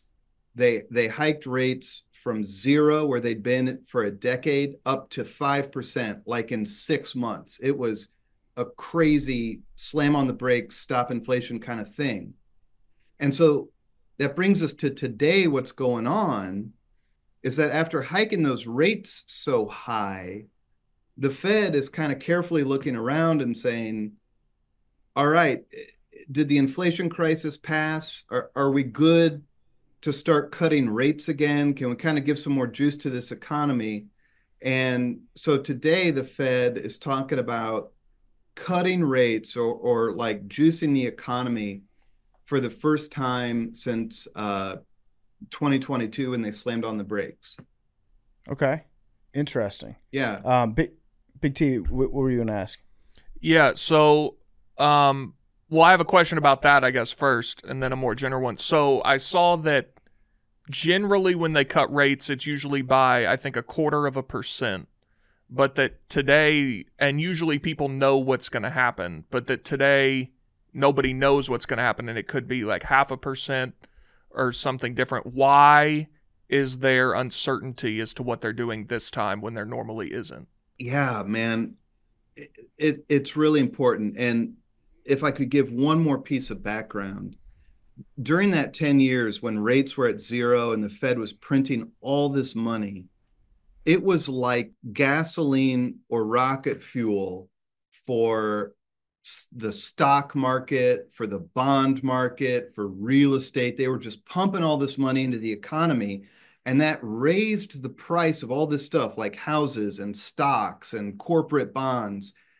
And the big worry is that, when the Fed hiked those rates a couple years ago and slammed on the brakes, that it was going to cause all these prices to fall really calamitously. Like, we were going to see a stock market crash, we're going to see a bond market crash, because the Fed had been propping these markets up for so long. That essentially didn't happen. The stock market's at like record highs. And so the worst didn't happen. So to get back to your question, what the Fed's trying to decide right now is how much juice can they put in. That's measured in like cutting it by 0.5 point or 1/4 point. How much juice can they put in without worrying that they're going to reignite inflation? And so the whole question is, wow, how much is the Fed going to cut? Because when they do start cutting, it's going to heat up those markets again. And you asked, like, why don't people know what's going to happen? And that's been pretty interesting. This guy who runs the Fed now, Jay Powell, has been, I think it's fair to say he's been kind of a tough chairman in terms of Wall Street, because when he jacked up rates in 2022, all the bankers were like, oh my God, dude, you're going to create a catastrophe. You're going to create a recession. You can't do this quickly. And then that didn't happen. But Jay Powell got in this position of having to keep his cards really close to his vest, stand up to a lot of pressure. And so, I guess the best way to put it is he's really keeping people guessing. He's not telegraphing his next move.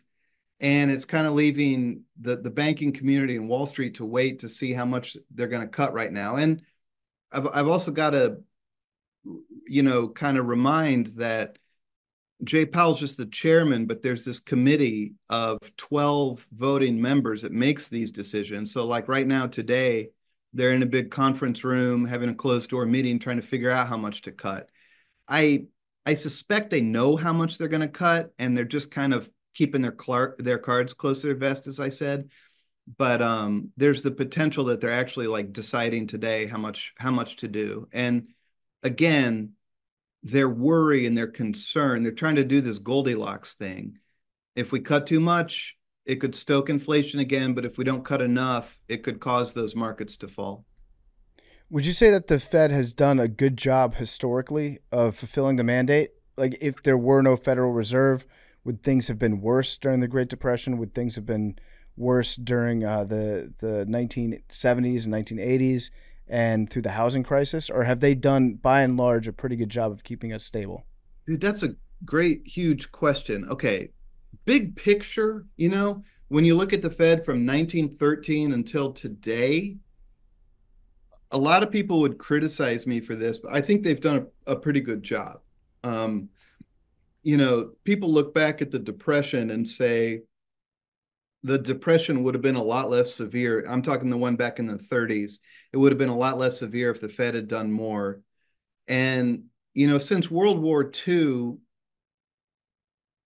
I think you got to say the Fed's done a pretty good job of managing this balance. But I've got to point out, my book is actually pretty critical of the Fed, because what I'm saying is that particularly since the 1990s, the Fed has been, put it really simply, printing too much money. They're using their power to print this money and boost up the stock price and boost up stock markets because Wall Street loves that. It makes the Fed popular, but it causes all these long-term problems, i.e., the Fed was at least partly, probably largely responsible for the dot-com stock crash of 2000 because they kept money too cheap for too long, too much easy money.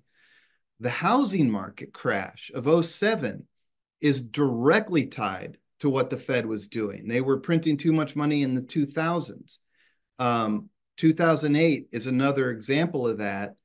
And, I'm particularly critical of what's happened since 2008. I mean, the Fed's easy money policies of the 2010s help explain what's going on in America, in the sense that, like, the stock market doubled during that decade, because that's, when the Fed prints money, the first people to benefit are the big banks and people who own stocks.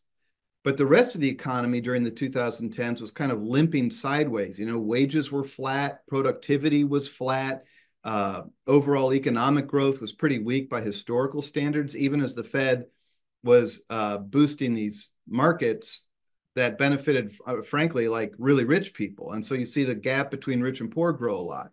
So I've been pretty critical of that. Since 2022, when Jay Powell hiked rates, everybody is shocked by how okay everything has been. We did not see a stock market crash. We did not see a crash in these other markets like corporate junk debt and real estate, although commercial real estate's suffering a lot. So I think you'd have to say the Fed has done a pretty deft job in the last couple of years of bringing down inflation, which was a really big deal, man. I mean, you remember 2022, inflation was at like 9%, and now it's growing a little over 2%, which is still super harsh for us people who live off a paycheck and buy groceries. Like, prices are still way higher, but the Fed did bring that, the growth of inflation down without creating a recession. And that's hard to do. And you've got to give them points for doing that.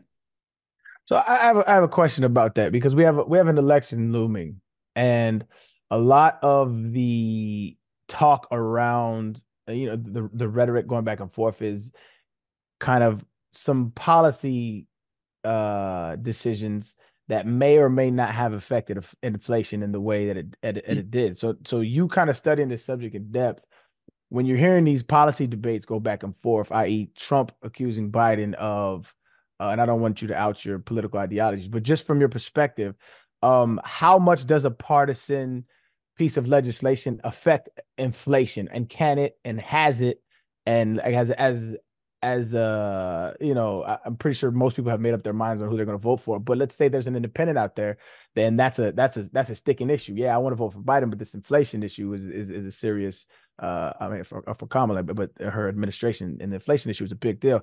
How does one look at that, and how does like somebody well studied in that field? How did you look at that? Man, $1 trillion question right there. Okay. First of all, the whole reason I wrote this book is I don't think the Fed gets looked at enough for that. I mean, when you look at inflation, the Fed is the elephant in the room. They are the entity that plays a huge role in creating inflation or not. And, what's so crazy about the Fed, like, to get back to the very beginning of this talk, the Fed kind of tries to protect itself from being talked about, because the people who run the Fed they speak in these really complicated terms. They try to pretend like they're doing rocket science when in fact they're really not doing rocket science. And it makes it seem like this institution that's like totally removed from our public life.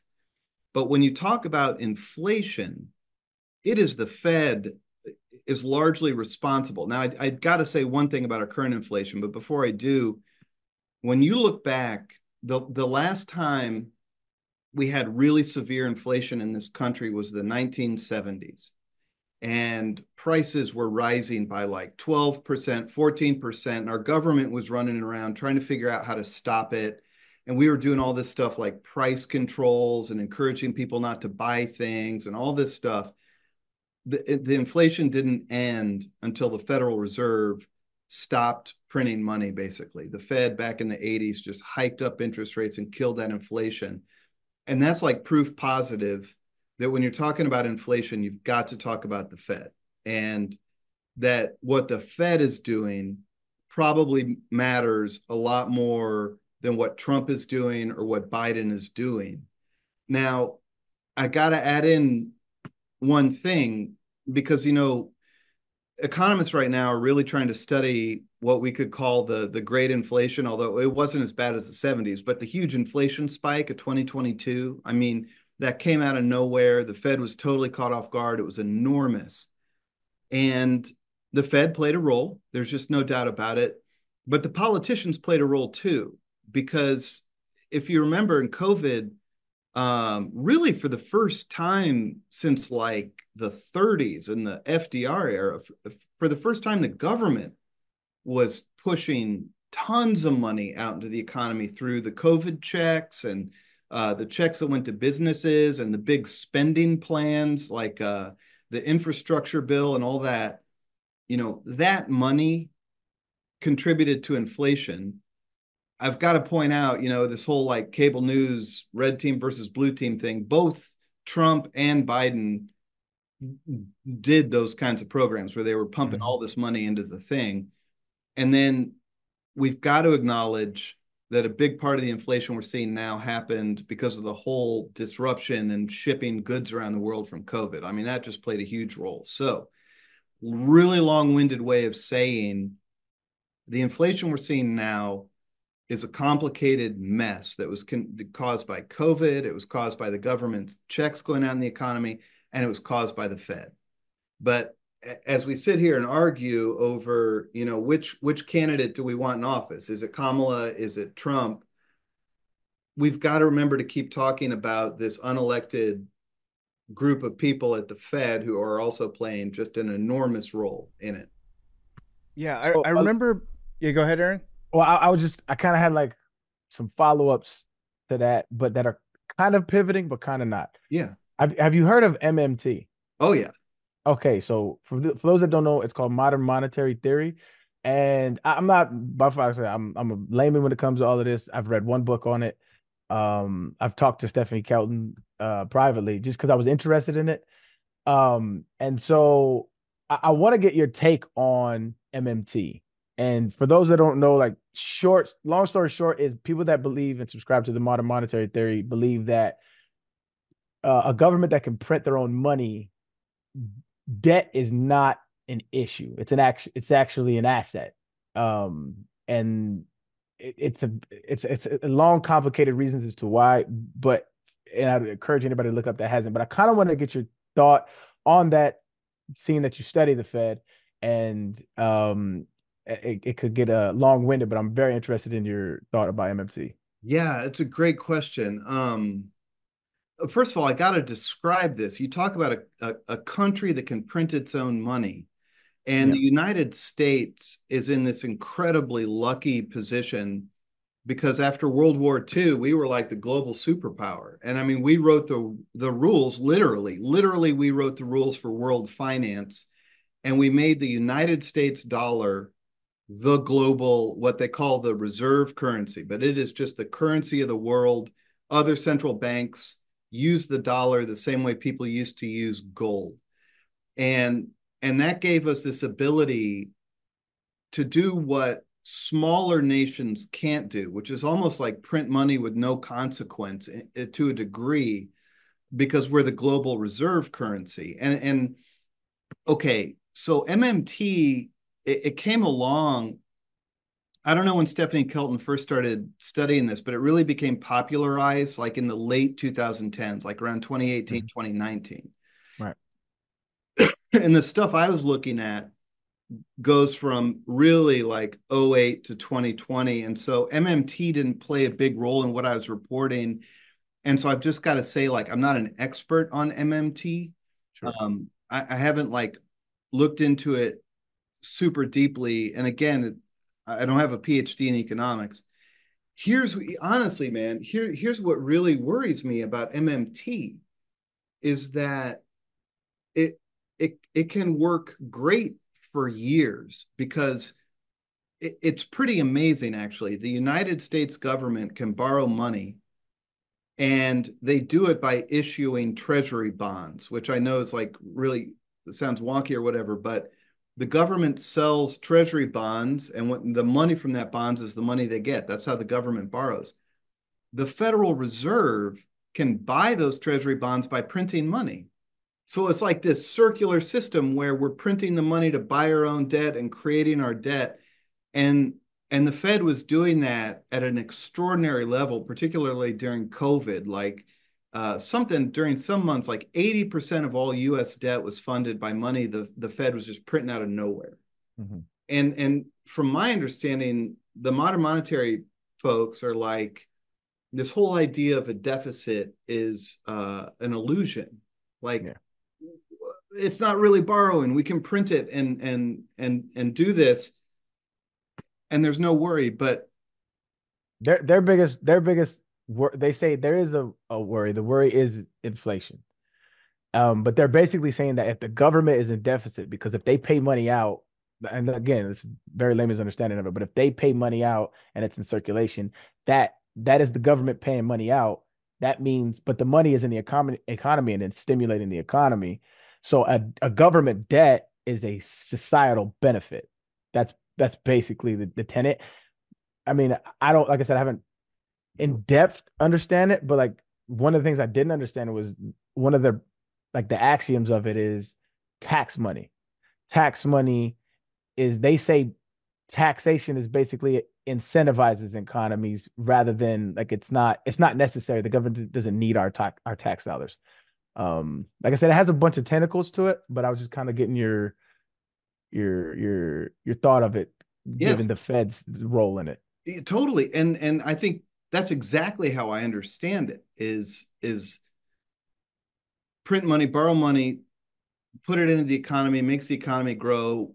We don't need to tax, which hurts the economy. Here's what worries me, though. And I haven't actually like talked to Stephanie Kelton ever in my life or about this, but here's some real consequences of it is that, you know, I talked about those treasury bonds, and we've got to remember that it is something the United States sells. And like, as long as a ton of people around the world are willing to buy those treasury bonds, which they still are right now, then our debt can be really manageable and really cheap. But when the Federal Reserve stops buying those, as they have now, and so they're not printing money at this point to buy those treasury bonds as much, and then other nations lose their appetite for buying those bonds, what it means is that the interest rates our government has to pay keep rising and rising. And right now, the interest rate payment that we pay every year is like the fastest growing line of our federal budget. I think we spend more now on interest rates than we spend on the military. I think it has crossed that threshold. But then you got this other thing that this is like kind of a far off concern. But what if the United States dollar isn't the world's reserve currency anymore? What if we don't have that privilege that like the US dollar is the global gold, and that all these other countries start using other currency, and then all of a sudden the US currency is subject to the same market forces as like Uruguay or Brazil's currency, then we start seeing we're in a much weaker position, and you could see that inflation spike much more quickly if we just start printing money. Now, the reality that some other nation or group of nations is going to become like unseat us as the global reserve currency, that's like a lot of people say it's almost impossible. It's really hard to do, but What is that definitely contingent on? Like, what is the world reserve currency? Like, what is it contingent on? Like, how was that bestowed upon us? literally after World War II, there was the Bretton Woods Conference where the people who won World War II sat down and made these decisions that this is how global finance is going to work. It's when we created the World Bank and the International Monetary Fund, and we dictated that the U.S. would be the reserve currency. And it made a lot of sense because we were the world's strongest economy by like miles and miles. But it was literally a political decision Mm. made at that time. But then, of course, the reason it's so strong now is, like in tech, they talk about the network effect. When everybody's using iPhones, then everybody needs to keep using iPhones because that's how they communicate with each other, and it's all the same software. The dollar was mandated to be the reserve currency, but then it gains momentum as it is the reserve currency for decades. And what's interesting is you see these other countries trying to challenge it like openly right now, like the BRICS nation, like Brazil, India, Russia, China. Um, China's pushing really hard to try to undermine the reserve currency. But again, it's like you've got a world that uses iPhone and you're trying to get them to use the Google one, whatever that's called. And it's what is it? Android or something. So Yeah, yeah, yeah. you got to get everybody to switch. But I am not in this chill mindset where I'm just like, oh, we'll be the reserve currency forever. We don't need to worry about this. We can borrow as much money as we want constantly. There's always going to be an appetite for treasuries. These little efforts to knock us off as the reserve currency aren't going to work.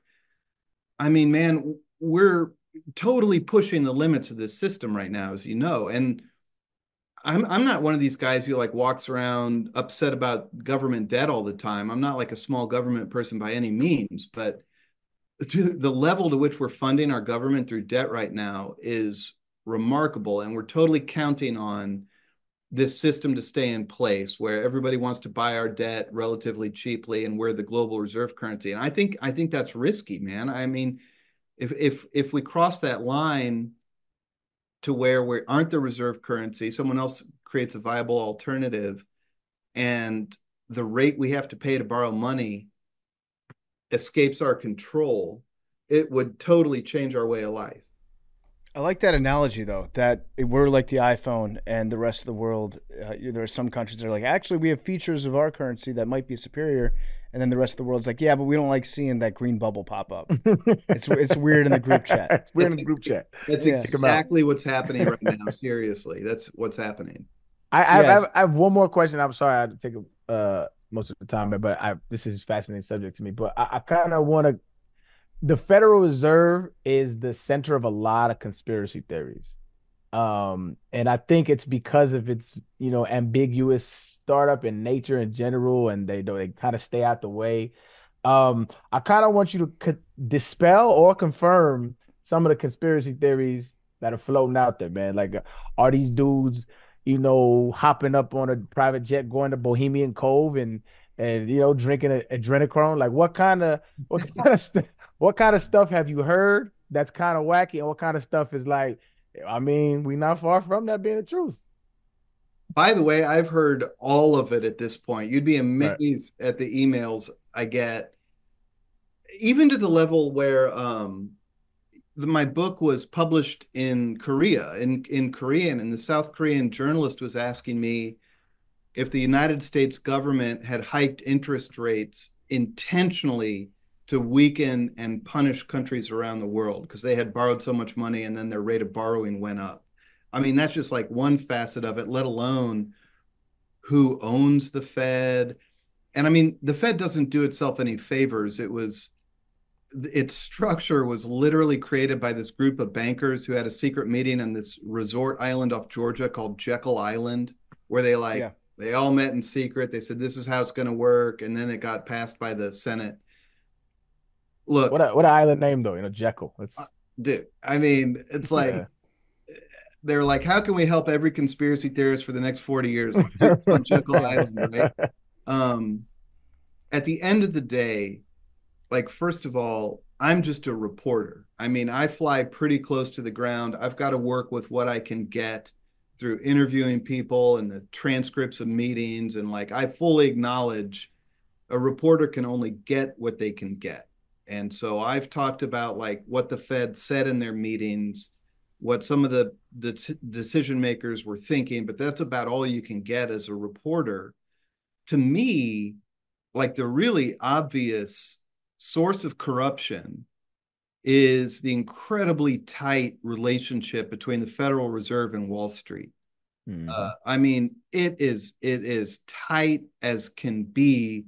You know, during the crisis of COVID, the CEO of, I always mix up BlackRock and Blackstone. Larry Fink, I'm pretty sure he runs BlackRock, huge private equity firm. He was on the phone with Fed Chairman Jay Powell like 17 times a day. And when you look at what the Fed does, it has a bias towards benefiting the biggest of the big banks, the private equity firms. Those people have the Fed's ear. And to me, as this sort of layman reporter out here trying to talk about what really matters to us citizens, it's that tie between the Fed and Wall Street is super important. I mean, to me, that's where a lot of the decision making can get bent toward making sure BlackRock's okay and making sure JP Morgan's okay. And they don't have the ear of, again, I got to say, like, working people in this country who make their living through a paycheck instead of owning stock, they have gotten the short end of the stick for the last decade. The Fed's policy are helping people who own stock. And so like 1% of the population owns 40% of the stocks. That number might be wrong. When we talk about wealth, meaning like bonds, real estate, assets, 1% owns 40%. The bottom half of Americans own like 5%. That's wild. Isn't it? Yeah. And so when the Fed is doing these policies that benefit asset owners, they're totally juicing up the top 1%. So to me, that's a super important relationship that we could spend a lot of time trying to look at and challenge. And I mean, Jay Powell, the chairman of the Fed, is, I think, a pretty low-key guy. He's photos of him at like Grateful Dead concerts with his kid. I haven't heard any of the Bohemian Grove stuff. He seems like a pretty low-key, down the middle kind of guy. So yeah, it's interesting because there's a lot of conspiracies, like Arian mentioned. I think back to Ron Paul and his big platform and policy being, I want to run for president so that we can audit the Fed. What does audit the Fed mean, and what did he think we would find if we did do an audit of the Fed? Okay, great. You know, I think what antagonizes and upsets people like Ron Paul and this huge group of people who are just so upset with the Fed is that it is designed to be undemocratic. I mean, the leaders aren't elected. They literally do meet in secret, and then they release the transcripts of their meetings like 5 years later. It is so much power in the hands of so few people. And I've got to restate, we did that on purpose. But to me, that's what was so alarming about what happened in the 2010 in the 2010s is that the Fed like totally expanded what they do. I mean, they intervened to an incredible degree with the 0% interest rates, all this money printing. Their power keeps increasing, but their accountability remains totally narrow and small. And that alarms people that you've got 12 people with this much power over our economy. And so I've got to be totally honest. The Ron Paul audit the Fed thing, I'm not super smart about that in terms of what they're looking for or what they're going to find. I mean, I see it just as more of like a mechanism of keeping the Fed more accountable to the public and making it more transparent. And the reason I'm kind of stammering is I know that they say the Fed hides some of its financial losses, that they're not shooting straight with people about like the level of reserves they have, but I'm not totally up to date on what they're like specifically hoping to audit. What about the $1 trillion coin? I don't know what the $1 trillion coin means. It sounds cool to say like we can just make a $1 trillion coin. Is that something that has any chance of ever happening? That's, to me, that makes me think of the MMT thing. That's like kind of like LOL, nothing matters. We can print as much money as we want. You're saying we have $1 trillion in debt, boom, $1 trillion coin. You know, they kind of don't need to do that in the sense that, like I said, when COVID hit, they printed about 6 trillion worth of dollars. And dude, I won't even get into the mechanisms, but well, I kind of will a little bit. They do that by creating the dollars inside this group of 24 banks on Wall Street called primary dealers. And so they create the money in Wall Street. And so they haven't needed to print $1 trillion coin because they can just print $6 trillion by doing this, primary dealer mechanism. I feel like that $1 trillion coin thing was kind of like a meme of kind of symbolizing why are we even worried about deficits or putting restraints on the Fed when we can just literally do whatever we want? And I don't think it got a ton of traction as far as I've heard. Yeah, I mean, at that point, it would just be like giving 2 middle fingers and be like, yeah, we can, look, here's a coin. Now, please don't steal the $1 trillion coin. Yes. And they could do it tomorrow. That's crazy. That's crazy that they can just say, okay, here's a coin. I declare that that's worth $1 trillion. At that point, there might be some like negative ramifications because if it's that blatant and in your face that we can do whatever we want, like printing multiple trillions of dollars over the course of years and distributing it, it's never going to be slow to distribute that much money into the economy, but not doing it like all at once and in your face, I guess that keeps confidence high or higher than it would be if we were to just wave a magic wand and be like, here's $1 trillion right here. Yes. And that's a much better way of putting what I tried to put in that super long-winded thing about we still sell our debt around the world. We still count on people having faith in the dollar. If we lose that, it would be disastrous for the US. I mean, like if we lose control of what we have to pay in interest to borrow money, it would be disastrous. And $1 trillion coin is kind of crossing a red line of just pointing out how arbitrary it is, and it could start having that effect. All right. So is there anything else that you'd like our listeners to know about, your concerns about the Fed, where it's going, or anything else, any other message in particular you'd like to speak about? Yeah. When are we grabbing the tiki torches and the pitchforks and headed to the Fed? Some people are there. I mean, if I could just like, the one point I really want to underscore is how crazy the 2010s were.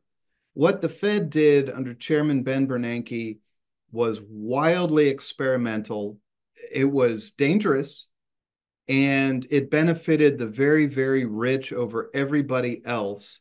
And the reason I keep talking about it is we've got to understand that to understand where we are right now in this moment as the Fed is starting to talk about cutting rates again. I mean, I am shocked by how stable things are right now after that 5% rate hike.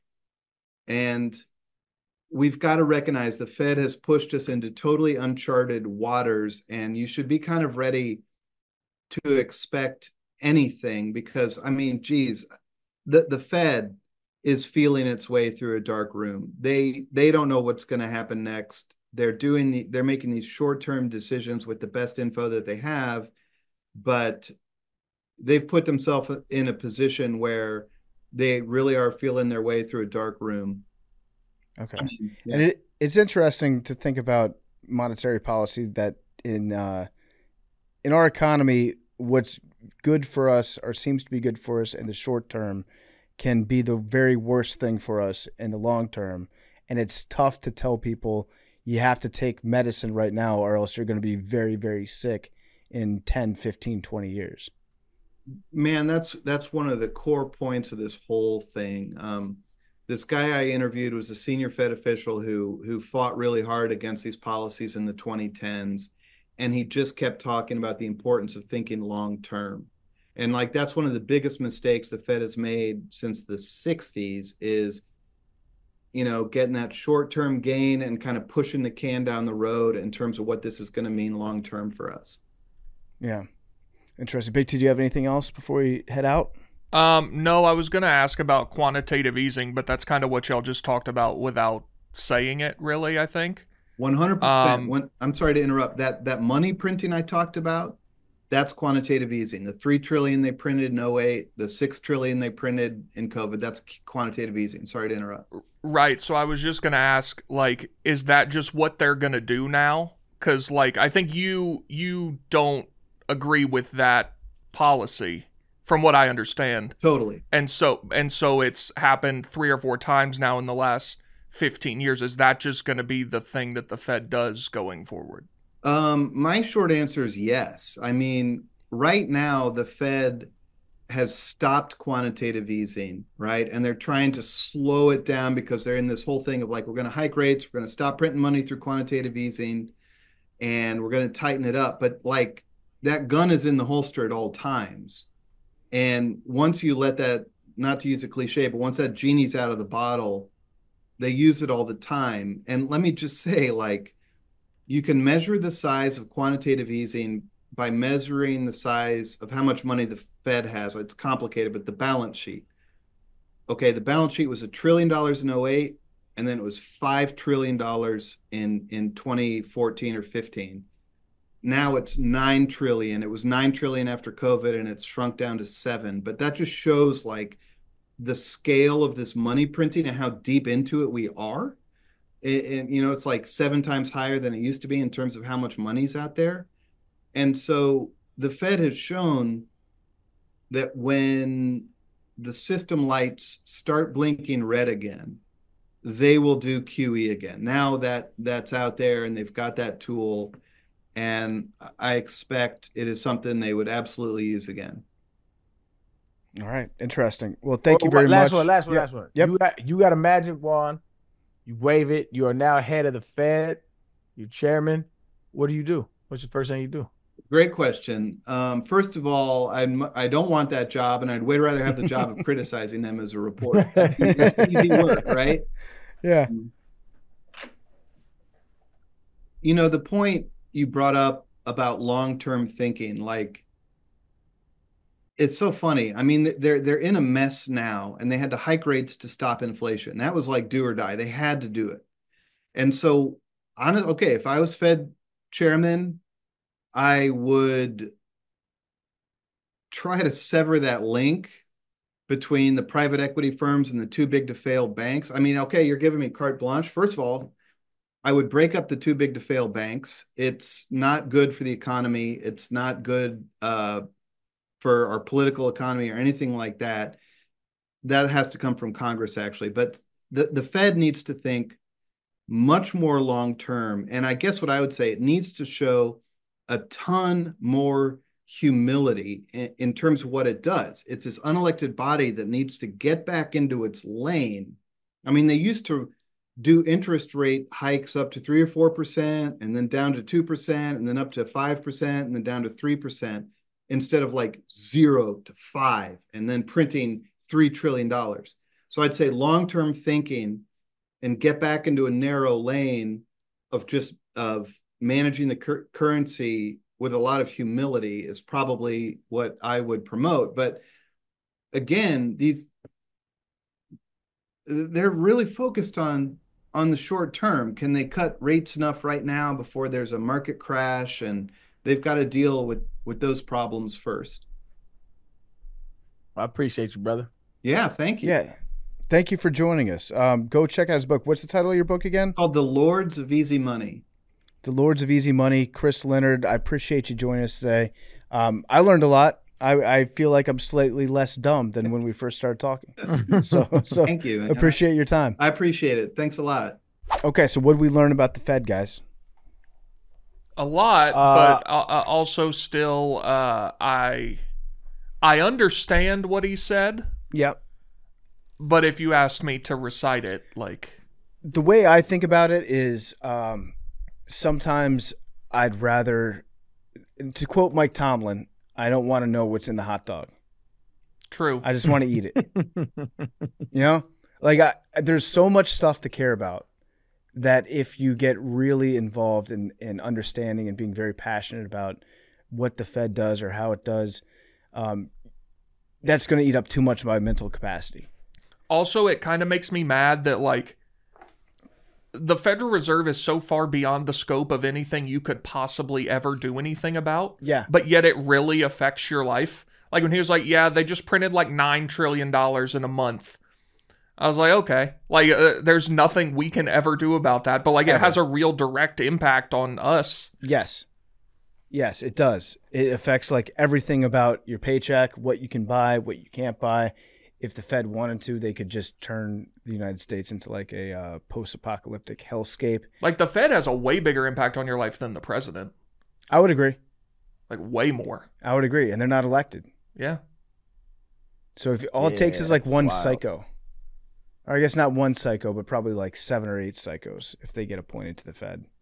It's a crazy operation. It is. Also, money is just not real. Money is, like, we all agree that money is worth something, so it continues to be worth something. So let's just all continue to delude ourselves. Yeah. It's worked for a while. Yeah, I would agree with that. Wild place we live in. I know. It's like, Could you imagine explaining this system to an alien that landed on our planet, explaining them the Federal Reserve and inflation, and I got he gonna be like, "What the fuck? Just eat the shit off the tree. What are y'all doing?" yeah. I mean, no, brother. Can you imagine being We around gotta in, go. in the 1800s and you get on a train from Illinois to Louisiana, and then you got a whole stack of cash with you that you bring down there, and they're like, "What is this? We don't take this here." And get back to Illinois. Fuck around, get arrested Yeah. for having too much cash. He's got these Yankee dollars that he brought down here. Get out. I of town. actually meant to ask if he thinks America could have existed without the Fed. Well, he seems to think that they've done a pretty okay job of staving off what could be disasters. I remember I saw a documentary on PBS. It was about the 2007 collapse, the housing crisis, and the Fed was just having constant meetings figuring out how do we fix what's a fundamental problem in our system right now.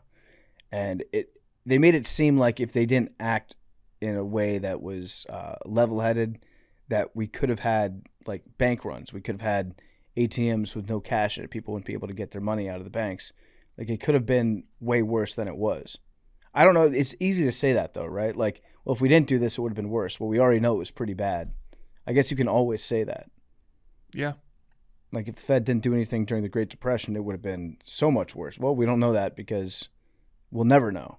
By the way, they officially cut interest rates by 50 basis points, which was the larger of the two potential. That they were thinking about. Okay. The most surprising Fed decision since 2009, I'm told. Okay, so I'm going to just open up the stock tab on my phone and see what the market thinks about it. Market seems to be, I see a lot of green. Not a lot, not big green, but I see some green. Okay. That settles that. All right, so good job. They made the right call. I don't know. I don't know if they made the right call or not. You're right. There's some shit. There's too much shit to care about. I got too much shit going on. Inundated with problems. I can't. I don't have I don't have the bandwidth for that right now. Right, like the simple act of going to McDonald's and ordering chicken nuggets. I just want to be able to wave my card in front of the little debit thing at the counter and then get my chicken nuggets. And if you spend too much time worrying about all the decisions that go into how much of my made-up numbers in my bank account I have to exchange for this processed chicken, that shit's going to weigh you down. Tiring. Very tiring. I'm But I'm sure if we all had a collective understanding of the Federal Reserve, the major banks, and our governments and how they run, we would probably overthrow that shit because it's probably some shit going on that we don't agree with. But it's like, yo, the Monday night game is on. Like, what are we talking about right now? Yeah. dork. You care about financing wars and shit? Come on, man. I'm seeing Just eat these LeBron's nachos. coming back for I'm another- seeing the crypto Fuck that bros are really excited about this. They seem very happy with this. Well, then I don't like it then. Just Yeah, that by seems proxy, I'm not upsetting. fucking with it. Good. Crypto bros are pumped. I mean, they believe in made up shit being worth something too. Also, what NFTs, how's the NFT market going? Strong, That's powerfully. what is a basis point? like Is just that a a dumb question? percentage point. So they lowered it by 0.5%, basically. Is Percentage of interest in terms of borrowing money, how much you'll have to pay back. it like incentivizes and decentivizes banks to give out loans, stuff like that. right? Yeah, like I know what interest is, but I didn't know what a basis point was. Yeah. So a basis point is just a tiny bit of percentage. Yeah, so like if you're buying a house, you'll be able to get money cheaper. So houses are gonna. It's a wild statement. You'll Yeah. be able to get money cheaper. Yeah. So That's our fucking house, wild, Our though. house prices gonna go up or down? I don't know if house prices will go up or down, but the cost of getting money, The interest rates on mortgages will probably go lower. down. yeah. Cool. That's exciting for a person who rents a 1-bedroom apartment. Yeah. Good for you. Okay, we will be back next Tuesday for nanodosing. Arian will be in New York, or excuse me, in Chicago. In Chicago Will I? for Surviving Barstool. So that'll be interesting. Okay, we'll see you guys then. Love you guys.